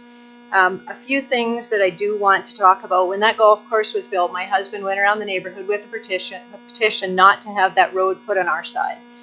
It was ignored. That road was put on the gravel road because they said Mabbitt Road was far too busy to accommodate a golf course. If it's too busy to accommodate a golf course, how can we expect it to accommodate 87 or 62 motorhomes, campers? And they do not come with small campers and tents. They come with motorhomes. That's what people camp in now. That road is very narrow. To make that turn, I cannot see them coming down Mabbitt Road and making that turn, which leaves them to go around the neighborhood, which will increase traffic in our neighborhoods. And as everyone has said, we all have kids. We don't have the space to ride bikes or walk dogs or anything. Each camper will come with 4 people, 1 or 2 dogs, which will be walked in the neighborhood and pooped down our roads. It's lovely if they clean it up. Lots of times it's not. We're always concerned about the garbage because with the suspension bridge, as Michelle said, we've all tried to clean that ditch. In spring, you can get 3 or 4 garbage bags out of that ditch from Tim Hortons, Cups, McDonald's. It's all there. We're concerned about the butchering and the biodiesel and all those other things. Are the remains of those animals going to be cleared up? It invites coyotes to the neighborhood, which we already have problems with. We're in their space. It's going to get worse. I do thank the Hamiltons for letting us use the land. They've allowed us to toboggan up there and to fly our kites up there, much more accommodating than the golf course fellow was. We all understand their need to make money. We all need to make money. However, to have 240 new people in the neighborhood at any given night in the summertime, we're not going to be able to be outside either. We're going to be locked into our houses because it'll look right over my backyard. We would, as everyone said, permanent residence is what we'd rather see there, whether it's a cul-de-sac or 2 cul-de-sacs. Trailer park, I'm sure you'll see opposition to shoving 60 trailers in there because park models in a trailer is going to invite, I understand they want seniors in the park model. Seniors tend to not drive when they're going into a senior community. So chances are we're not going to get seniors in Rosedale into park models in that area. Once it's a campground, it's always a campground, as we found out with the golf course. It was built to be a golf course. It will always be zoned that way, and it will stay as a golf course. Once Bob and Nora retire, and it's not a holistic golf course or a holistic campground with 1 campfire, what's to stop somebody from coming in and making the 87 spots or 90 or 100 spots, and each with its own campfire? We have lots of people with breathing issues and asthma, which has been addressed, which they'll have to move. There won't be a choice. Now, they had addressed having a well on that site. Are the rest of us going to be able to open our wells back up down in that area? My understanding is we had to close our wells because we're on town water. If they are to have a well there, I would petition to have my own well as well. The road to the suspension bridge just is not wide enough for people to come and go. My main concern is that they'll pave First Avenue or widen it and then put the road up that way, which itself is a steep road onto the existing property. I hope you guys can understand where we're all coming from. We're a close-knit community. We know most of our neighbors. We want it that way. If we have new neighbors, we'll get to know them too. If we have transient neighbors, it's just not going to work for us. There's too many children in the neighborhood. There's just not enough room for the traffic. Thank you. Thank you.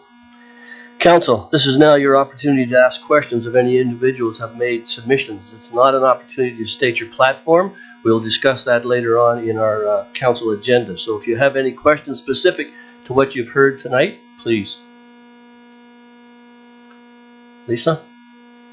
This one's I got a few. So Bob and Nora, there's been a lot of comments about sewer and lagoons and water wells. Can I have some comments on that, and what your original proposal was in that regards?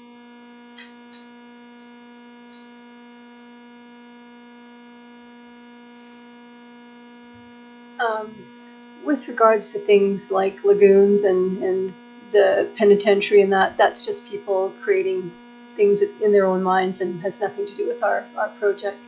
The sewer comes directly to the property, and we would be tying all RV spots. They'd all be service lots with tied into the sewer. There might be 5 that would use the dump stations that might have that option. And with regards to the water well, I did make an inquiry to the town to what the process is to find out if it's possible to use a water well. Mostly we'd be looking at it for irrigation. Is there something I can do to? No. With regards to the water well, I had made an inquiry to the town as to if there was a process that we could use to be considered to use the well for irrigation. And I understand it's long and involved and not necessarily viable, but certainly worth inquiring into because we intend to have a lot of flower beds and that kind of thing. Okay, thank you. And so are you proposing a year-round operation, or is it scaled back to seasonal? It was going to be seasonal because when we had started this project, it was a seasonal operation. And when that was again similarly opposed, we then went on to a mobile home park. And the park model was the idea with seniors and very green, etc. And they came to us and they said, no, we don't want something year round. Go back to your seasonal one because there's only a peak season of 2 months, a bit of shoulder, and the rest of the year we have the lack of traffic. So when we went to do this project yet again, we said, okay, let's go back to the seasonal. That's what they had asked us to do. And so hence that is why it had been intended for seasonal. Okay, and then one final one, then I'll let somebody else speak. Cynthia, you might want to listen to this one as well. So I kind of heard that you were talking about mini golf and a water park. Now, you had mentioned that you needed a membership to be able to partake in that. Cynthia, where does that fit in on with MPC's stance on that? Because I believe I read somewhere in there that you needed to be a resident in order to partake of those activities. Is that correct? It's the opposite. Mr. Mayor, the existing land use bylaw does not permit, under the zoning which is being proposed, doesn't permit a commercial use. So having adjacent owners come to the site, which is what we were led to believe. So that would be under the section on at the very last page of the report in discussion was where you saw it, where it says the incorporation of commercial tents for gatherings, as well as mini golf and water feature. That's where I pulled out of the land use bylaw that they were commercial ventures, and that the current zoning doesn't permit a commercial use. Okay, so if they were to purchase a membership, would that relax that? I don't believe so. I believe membership is still a commercial venture of some sort. You buy a membership to a library, or you buy a membership to a hall or something, so it is a commercial venture. When you're looking at a residential community, you're looking at uses that are serving that community itself, would be my interpretation at this time. Thank you. Thank you both. Sorry, our interpretation, right or wrong, was that membership would allow ownership, and therefore they would own that and be able to utilize it. And there are different government bodies that would enable that, and we were hoping to do that in order to allow it to be an asset for the community. Fair enough. Thanks, Nora. Council, is there any other questions before we move on? Cheryl? I just have one. You're talking about membership. Membership for the people that live there? Is that what you're asking? Or is it membership for everyone who wants to be there? Anyone in the community could invest in it. Oh, okay. And the other thing I want to make sure I'm clear on is that the people here don't mind development, but as long as it would be residential houses is your preference. Nothing transient. Is that correct? Is that correct? Okay. Thank you. Tom? Yeah, my understanding, and maybe Ray could comment on this, is that one of the reasons that the golf course basically, pardon the pun, dried up was because of water, that their well could not irrigate the golf course and they were taking too much water or something like that. Could you comment on that, Ray? There were a number of years there, dry years, where a lot of the wells in that area had difficulty in meeting their requirements. The one thing I'd want to clarify, though, when I've had numerous discussions with the province, is that under the Water Act and regulations, once a potable water system equivalent to what's in Rosedale goes through, wells are no longer allowed, and that's pretty clear.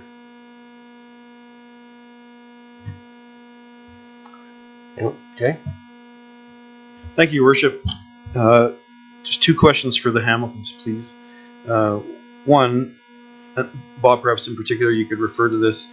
I did not hear in your submission how you were going to address the overwhelming amount of concern regarding noise, light, campfire pollution, invasion of privacy. I mean, these are overwhelming issues of your neighbors.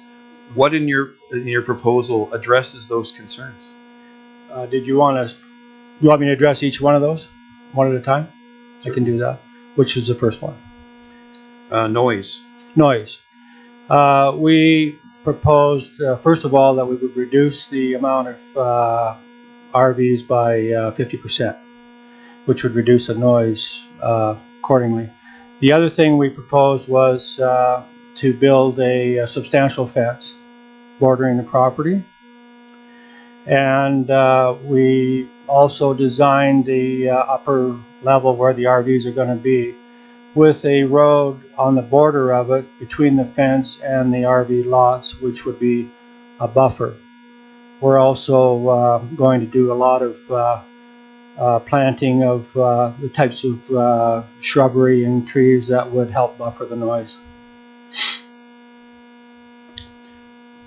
And tell me some more about this fence. Well, the fence that we proposed, which I've heard was opposed, was an 8 to 10 foot fence along the property border to help with privacy issues. Made of what? Made of what? Is it a chain link fence?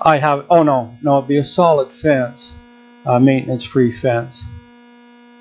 So you're telling everyone in the room that you're going to surround your campground with a 10-foot completely opaque fence, completely blocking what would have been their view of anything. Is that what your solution would be? Yes, and I think what we've got here is a double-edged sword. We've got people that are concerned with sound, dust, noise issues, privacy issues.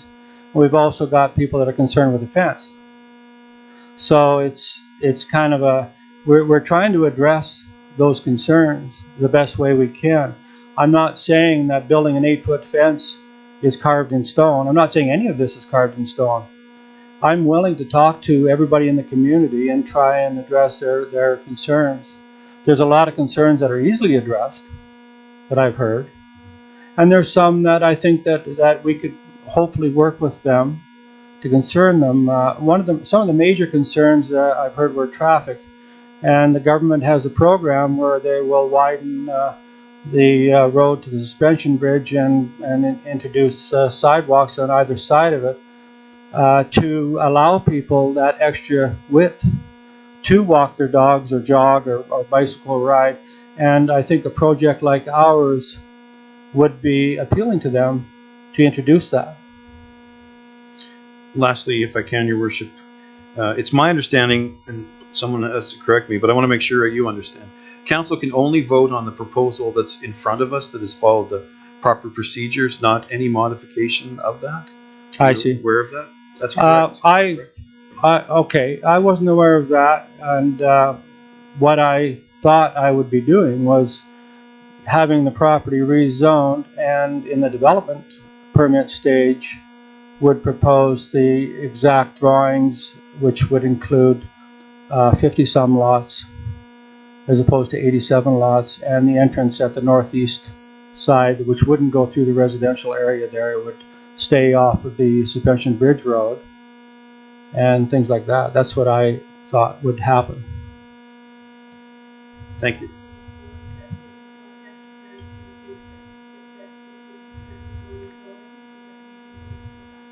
Yeah, I guess my understanding is that the zoning stage,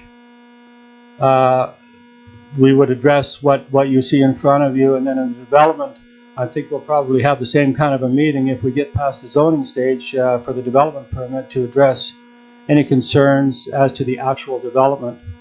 Fair enough. I'll ask Ray for a comment on that, please. I would agree with the assessment that Mr. Hamilton's provided.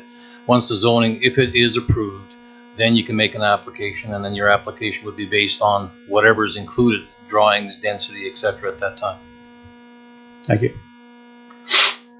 Okay, we're at the point of our hearing now where there's rebuttal. There's an opportunity to speak in rebuttal to what you've heard.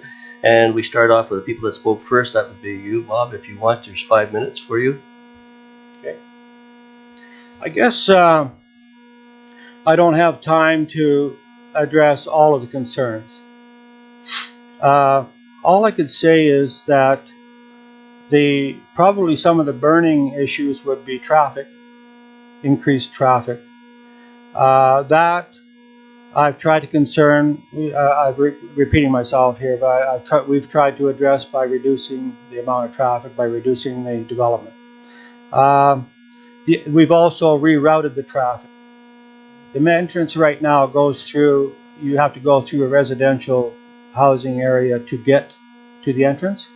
That's relocated to the northeast off of Suspension Road. We tried to address that. The other things that I'm hearing are smoke, privacy, noise, typical concerns that you would have about a campground. I totally get that. I understand that. I do want to emphasize that I plan to build a high-end RV park. One where obviously, if we're going to develop over 5 acres of putting greens, a mini golf course, recreational water things and stuff like that. And the idea of the membership was to try and include the community in that park, so they would have an opportunity to access and use that there. And I believe that the park part of the project would enhance the area, because I'm not going to make something that isn't good. It's going to be a beautiful park. I can guarantee you that. There'll be great landscaping, great gardening. There'll be the buildings will be unique, and the construction will be all artistic and unique. It won't be just your everyday. Even the fence will have an artistic flair to it.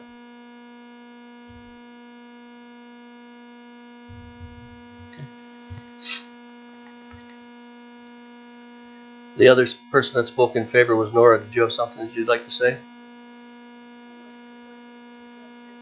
Thank you. And there's an opportunity now for anybody else if you want to make a rebuttal. Come forward. Did you speak originally? You should have. We'll let you. This is a rebuttal to what you've heard. Yes, what I've heard, yes. I'd like to please go on to that membership. Now, if all my neighbors in Rosedale bought a membership, if they did sell the property down the road, what happens to the memberships? Do we automatically lose our monies or what? No? Can't answer that? Okay.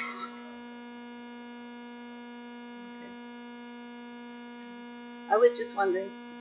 Thank you.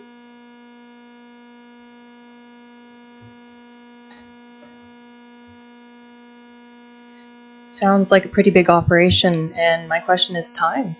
How long is it going to take to build a 10-foot fence around a 10-acre property? How long do I have to listen to construction? I don't want to live there for 10 more years until it's done. How am I supposed to sell my house with this going on?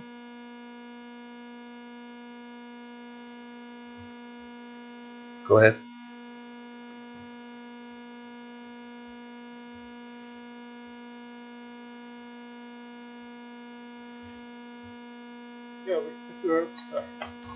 Okay, we're back at it again. Mr. Hamilton says he expects to get widen this road due to the increase in traffic. And how's this going to get? Who's going to pay for all this? I mean, if he's going to widen the road, I'm going to lose some of my frontage. Makes my lot a lot smaller. And can I get an answer? Anybody? Anybody got an answer for that? Or are we all going to sit here and just wonder how he's going to get paid for it? This is a public hearing. You know, Yes. that's a part of a process. It's a way down the road. Properties and that, usually it's a local improvement. When you do something like that, it's a combination of all people in the area that'll benefit from it. They have to make additional payment for it, but that's part of a process that we're nowhere near right now. Fair enough. Because that was the question. Because most people here, they don't know who the heck I am really, but they know my dog Pebbles, and I walk the streets every day with this dog. It's quiet, not congested. People who see the dog, they slow down, and I don't want to lose that. Thanks anyway. Everybody else that wants to? The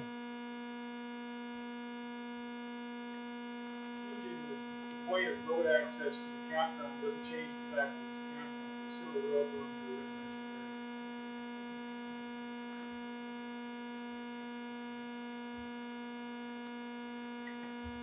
So I got a couple things, like as a resident, we're only allowed a 6-foot fence. How would he be allowed a 10-foot fence? Would there be some kind of process he's got to go through to be allowed that? Yeah. And along with that road also, that road is already to probably maximum width it could be going down there. What are they going to do, mow down houses to make it wider? That's not usually and the case. Also, you know, I talked about all these changes before being kind of sketchy. Now I hear he's gone down to 50 lots. And, you know, I think something has to be kind of nailed down here as to what's going to actually be. And let's hear the whole truth of it all, because things are just changing. And how can he go ahead with development and make changes as he goes along? Like I thought, your name is Jay. I thought you said it has to be in front of you before you can make a decision on it. Well, if he's talking about making changes as he goes along, is that part of the process? That statement was corrected. The council could rule on what's being proposed now, but it's not the final decision. There's a whole lot more in this process. This is a public hearing. We want to hear the concerns of the people, but there's still a lot of process left before this would have any type of approval. Okay. So, to you. Anyone else? Just something quick. You're talking about memberships to this playground and to be able to access it as a residential community. I don't see people in Newcastle and Midland and anybody else in Drumheller have to buy a membership to use the playgrounds in the water park here in Drum. I feel as it's borderline disgraceful that it has to come to this campground being proposed for our streets finally to get widened. And yeah, that's all I have for you guys. And once again, thanks for hearing us out. Thank you.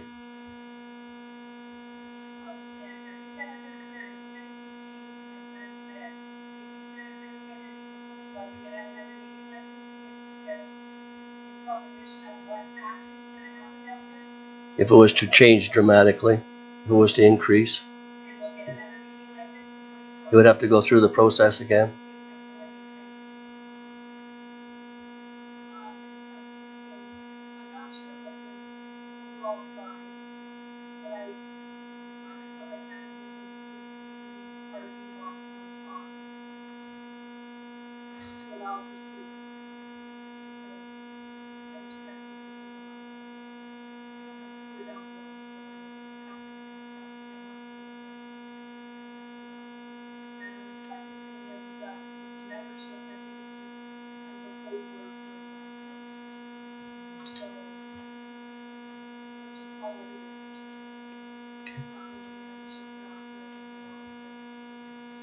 Thank you. It seems to me membership is really trying to get everyone in the community to help pay for it. Well, most of the community's against it, so who's going to buy a membership? That's the first thing. It also said in the article of August 17th in the Drumheller Mail that they wanted volunteers from the community to go in and help teach things like beekeeping, et cetera, et cetera, et cetera. You know what? Good luck with that one too. Anyone else?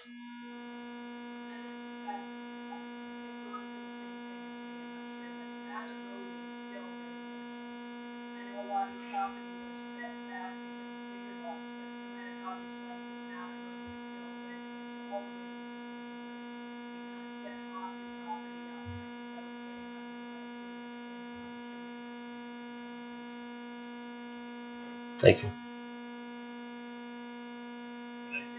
Go ahead.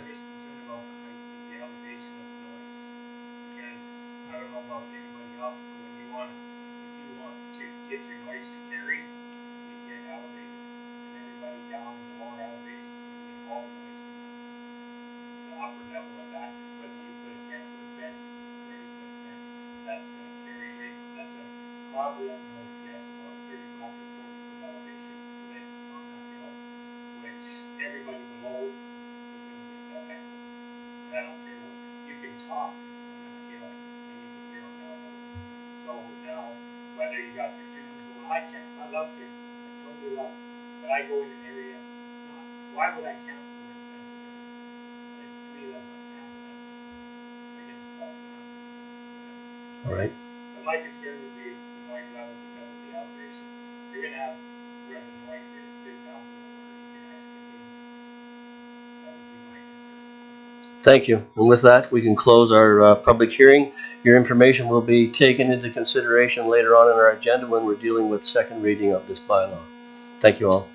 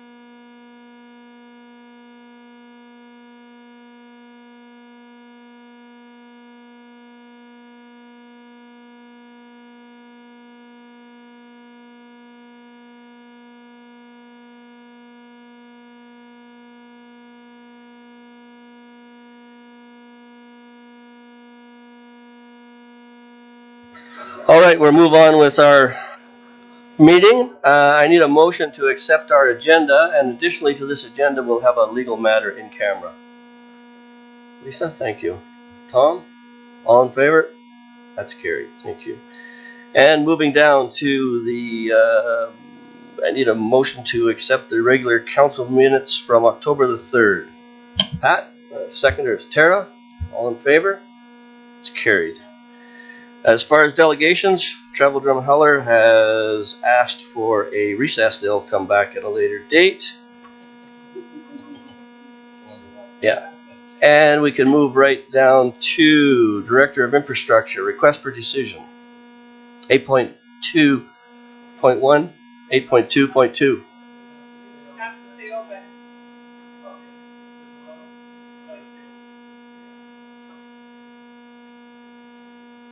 Go ahead.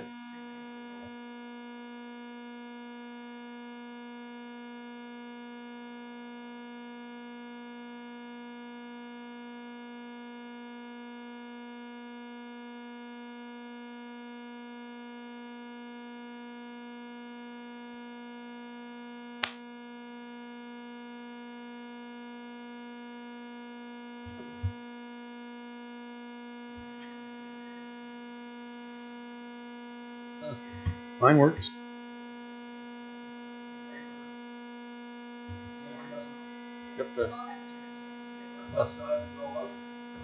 Bring it over to the delegation. Use that mic.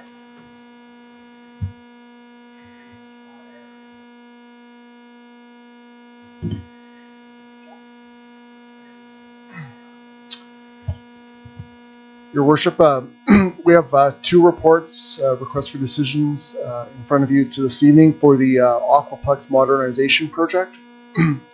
So as we know, just as background, we have ordered the Mirtha pool that has been manufactured in Italy and has been actually in transit to Drumheller, is expected to be here within a couple of weeks. So we have the first report is about the general construction and retrofit. So this is basically the general contractor that's going to go in and do demolition, do mechanical, electrical upgrades to the facility, and prepare the site for the actual Mirtha pool to be installed.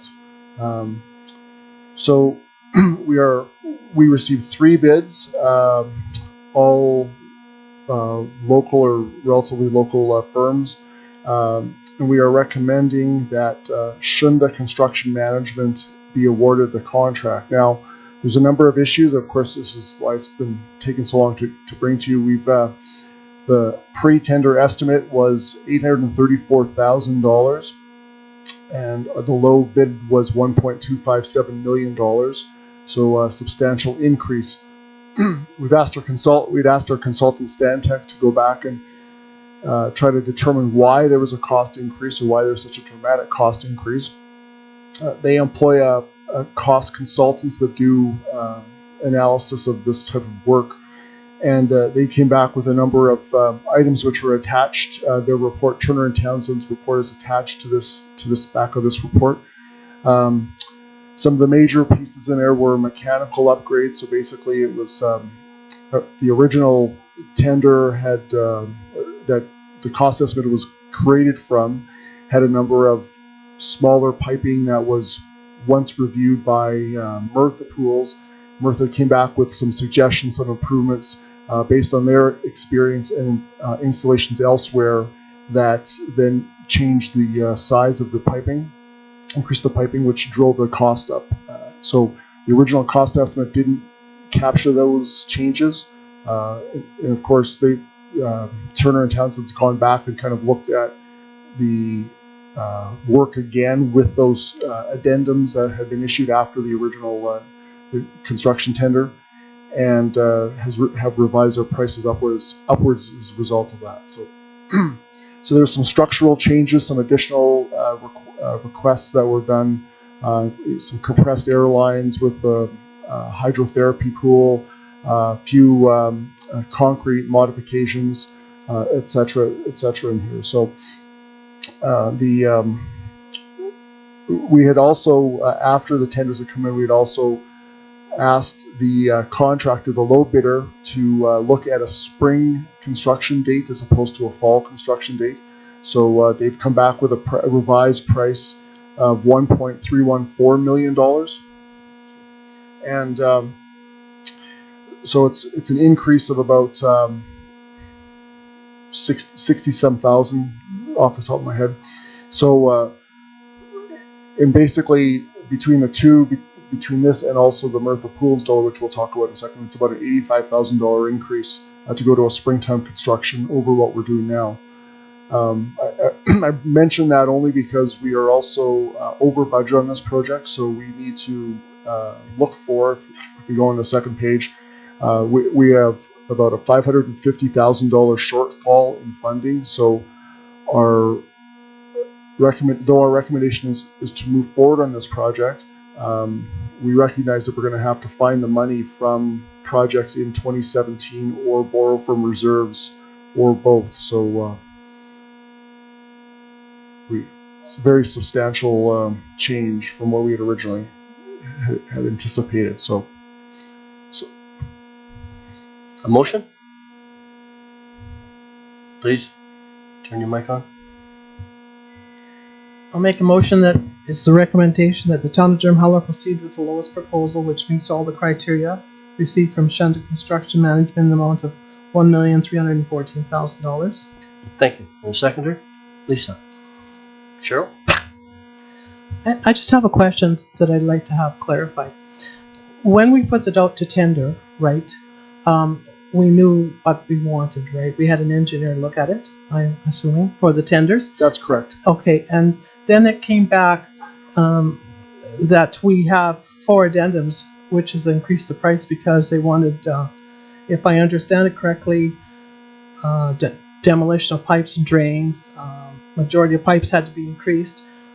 Why didn't we look at that first? Is there a reason that wasn't done? I just have a question on it. Sure, Councillor. The answer is we had, I think with Stantec, who was our architectural engineering consultant, had been conversing during the design process with Mirtha Pools. Now Mirtha's in Italy, so I guess they had some concerns or some delays in getting the some of the information and review between the two firms.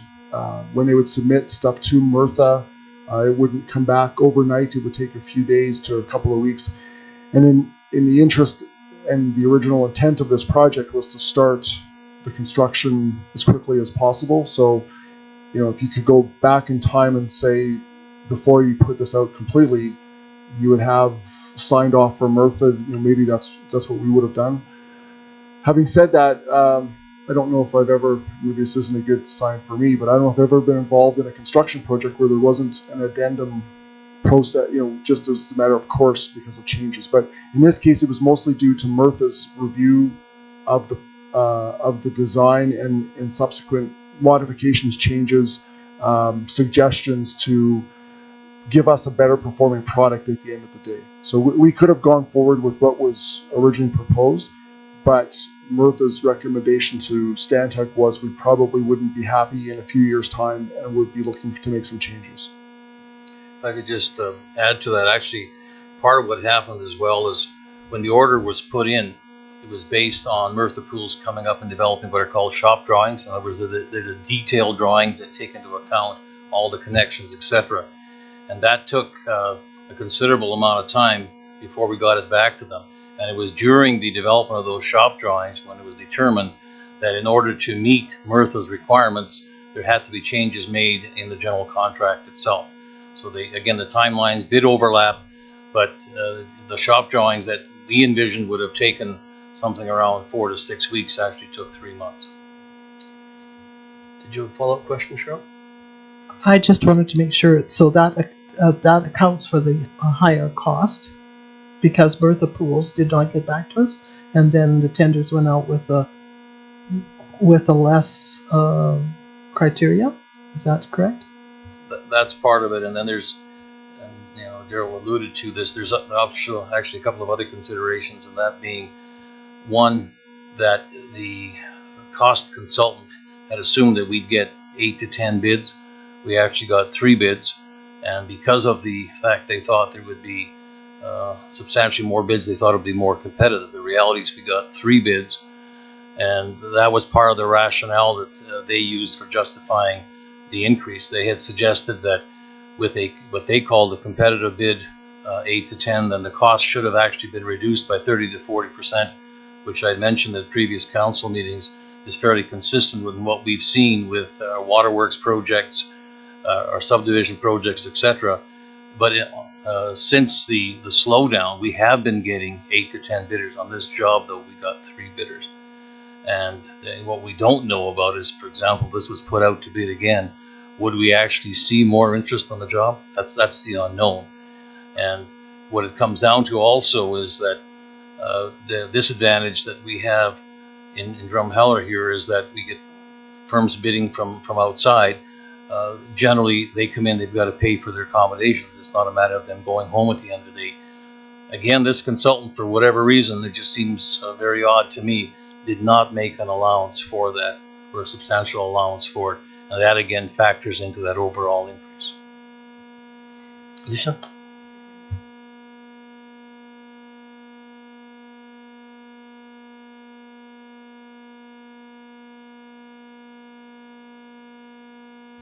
Sure. I think, as Ray just alluded to, one of the things that the contractors both mentioned, both the installer and the general, was that it's a lot cheaper to stay here for hotel accommodations in the wintertime than it is in the summertime. The summertime rates are much higher for hotels, and so they've broken down their costs and said that was the biggest reason.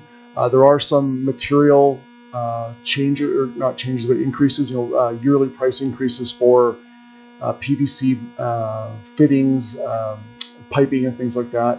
So that's where the costs are.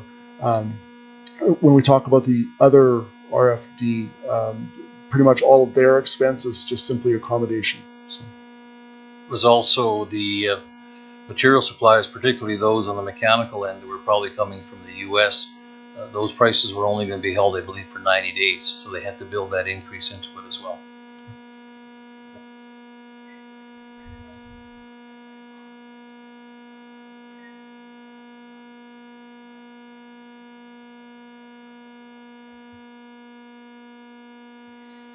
It's going to be what it is. We're talking about April. I think discussions that I've had, at least with the various players, is that it doesn't completely accommodate their needs, but for the most part will.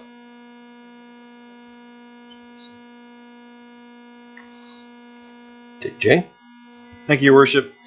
Daryl, I understand completely that you inherited this mess. But at the same time, it's hard for me not to characterize part of the report that's in front of us as the costs analysts got it very wrong. And then we went back to them to ask them to come up with a report about how that happened. And they managed to generate a report that I sure hope we didn't pay money for, that says it's not our fault. There were these other things that happened after the fact.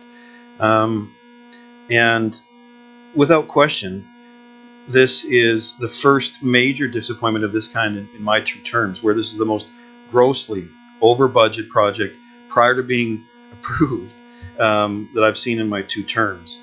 And if the liner wasn't already manufactured and on its way, I'd be recommending that we completely halt this project and go directly back to the drawing board. Because at its current price tag, I'm not sure that it would have actually passed. I'm deeply concerned about the fact that now we're pot committed to this idea because the liner's on its way and it's paid for, and contractually there's nothing we can do about that. But I have to say that I will not be supporting a vote for moving forward, even though I understand there's additional risks with retendering. And Ray has provided some answers about why we haven't received the competitive process that we were expected to by both him and the cost consultants. I'm not satisfied that we have, in fact, got a price that's fair to the ratepayers of Drumheller for this project. Your Worship, I just want to clarify, I didn't do the cost estimate. No, I know that. Yeah, no, but you did provide some answers. You did provide some clarification that they did not provide in their report as to why, when they expected 8 general contractors to bid and 3 to 4 subs in each category, that instead we got 3 and 1 or 2. Right. You provided some context there. They did not. If I could just provide some clarity as well. The budget numbers came from Stantec based on an initial review, but what we received prior to us going out, like a week or so before we went out to tender, we received a Class A estimate from Stantec through their cost consultant that said the project was going to come in within budget. That's what we were relying on. And then based on agreed, there were some addendums there, etc. But nobody ever envisioned that the cost would be as significant as what obviously we've seen. And the major consideration is that, you know, they're saying in Calgary we would have got a price that was reduced by 30 to 40%. We got 2014 pricing, not 2015 pricing. I don't know what to suggest other than we're just articulating the fact that the liner, based on timelines, has been ordered. Are we happy with the increase? Absolutely not. It's just what's in front of us right now. And they've been asked as professionals to provide us with some guidance as to whether or not a retender would accomplish anything. And what I've read here is they're saying there are no guarantees, and it's not necessarily likely. My last request for clarification is on basically both parts of the project, Daryl. The way I read it, both contractors are expecting 4 to 6 months in terms of operation, in terms of construction time. That's not concurrent. That's consecutive, isn't it? No, it's concurrent. Yeah, they overlap. The two contractors overlap a great deal on this project, so it's 4 to 6 month project timeline. Okay. Overall. When they're both saying that that's going to be the case and they both have very different jobs to do, I want to make sure that was on the record, that we have a combined 4 to 6 month project timeline, and that's going to be the expectation. That's correct. Tom? Yeah, I'm very disappointed in the over budget. And I'm always disappointed in over budgets for construction costs. I guess it is my experience, though, that it seems to be the norm, that any construction project that I've been involved in, and it's been somewhat limited, has always gone over budget because of this, because of that, because of this, and it's very, very unfortunate. I would say that, unfortunately, we have to kind of bite the bullet here. And I guess I would lean on our strategic priorities for this year, one of which was to do this job for the community and get it done. It was a high priority on our list, and unfortunately, this is what it's going to cost. Thank you. Lisa? Theoretically, if it was sent out to retender, what would typical timeline look like? Probably yes. Again, it becomes a question of what's the right time. Is it before Christmas? Obviously, during the Christmas break wouldn't be the appropriate time. If you get into January, then you're really getting into playing with that April 1st start line. So it would have to be done now. Has anything changed that would justify and improve the interest? You would have to repackage it, retender it. There's some costs involved, but the bottom line is, based on what the cost consultant has indicated, they clearly allowed for 30 to 40% reduction based on a competitive bid, which we didn't receive, and I'm not sure if that's going to change.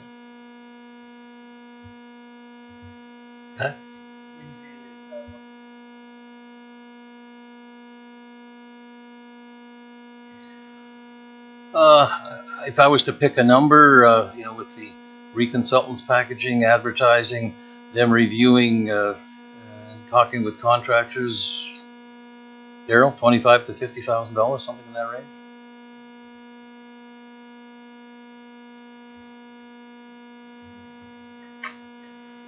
And yet none of the consultants responsible for why we'd have to go back to that process again are not unaccountable for that process and would still be fully due all their fees from the first draft. I guess that's a discussion you'd have to get into. In terms of the response to the question, what's the increased cost, that would be it. Whether or not we go back to them and ask them to accept responsibility for some of it, that's something that could be done as well. Thank you. Anyone else? Okay. We have a motion? All in favor? Opposed? Motion's defeated. Back to the drawing board. Do we go ahead with the other one?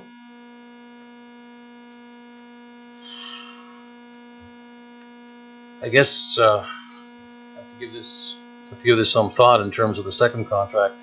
That bid was within budget.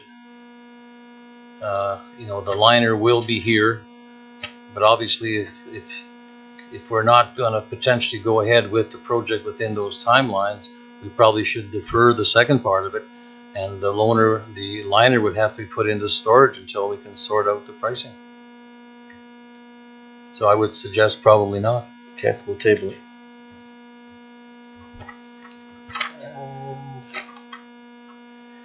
Next, we have second reading of bylaw 14.16. We've just had the public hearing on it. Is there a motion for second reading of this bylaw? Thank you. And a seconder? Lisa? Okay, discussion?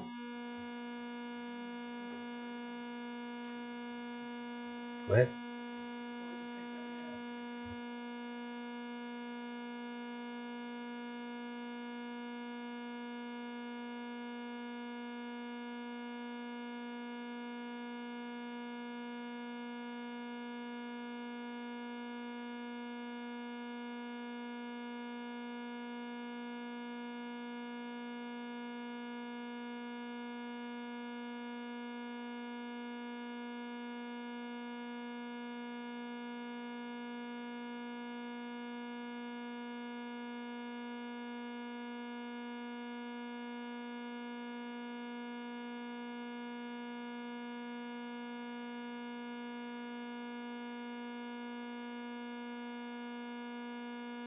Thank you. Cheryl? Thank you, Your Worship. Considering that we've heard all the residents, both for and against Bob Hamilton, of course, and the residents are against, they all came up with one idea, and that was that they wanted residential subdivision. And with the permitted uses that we have on the zoning that we have now, urban transitional, that would be allowed. That's one reason that I will not be voting for it. The second reason is that it has changed so many times, not that that has anything to do with the change of land use bylaw, but the proposals have changed so many times that they're kind of in limbo, I think. So I think we should take a second look at this. Thank you. Tom? Yeah, I think the representation was pretty good. I have a list of about 30 problems that I don't see any solutions for, which were all very well thought out and I think very valuable. Personally, I kind of like the golf course there. I kind of thought that was a good idea, and I enjoyed myself out there many times. Why that ever got rid of, I'm not sure, but I have a little bit of experience with this type of situation because I do live in Newcastle. And Newcastle used to have camping. And when Newcastle started being built up more and more and more, it became very apparent that camping and residences were not compatible. So now in Newcastle, there is very, very limited camping when there is like a ball tournament, but it is kept quite a distance away from residences for that reason. They're just not compatible. MPC has reviewed this an awful lot, and Palliser has reviewed this an awful lot, and both entities that the council relies on for information and opinions and recommendations don't think that this is a good idea. So at this time, if this rezoning is for the purpose of making a campground in this residential area, then I would be against it. Thank you. Jay? Thank you, Your Worship. I think it has to be said again that the Hamiltons do have a right to develop this private property. However, it's not an absolute right. There are so many overwhelming, truly valid concerns that have not been addressed to anyone's satisfaction at this point. It's fair to say I won't be supporting the motion.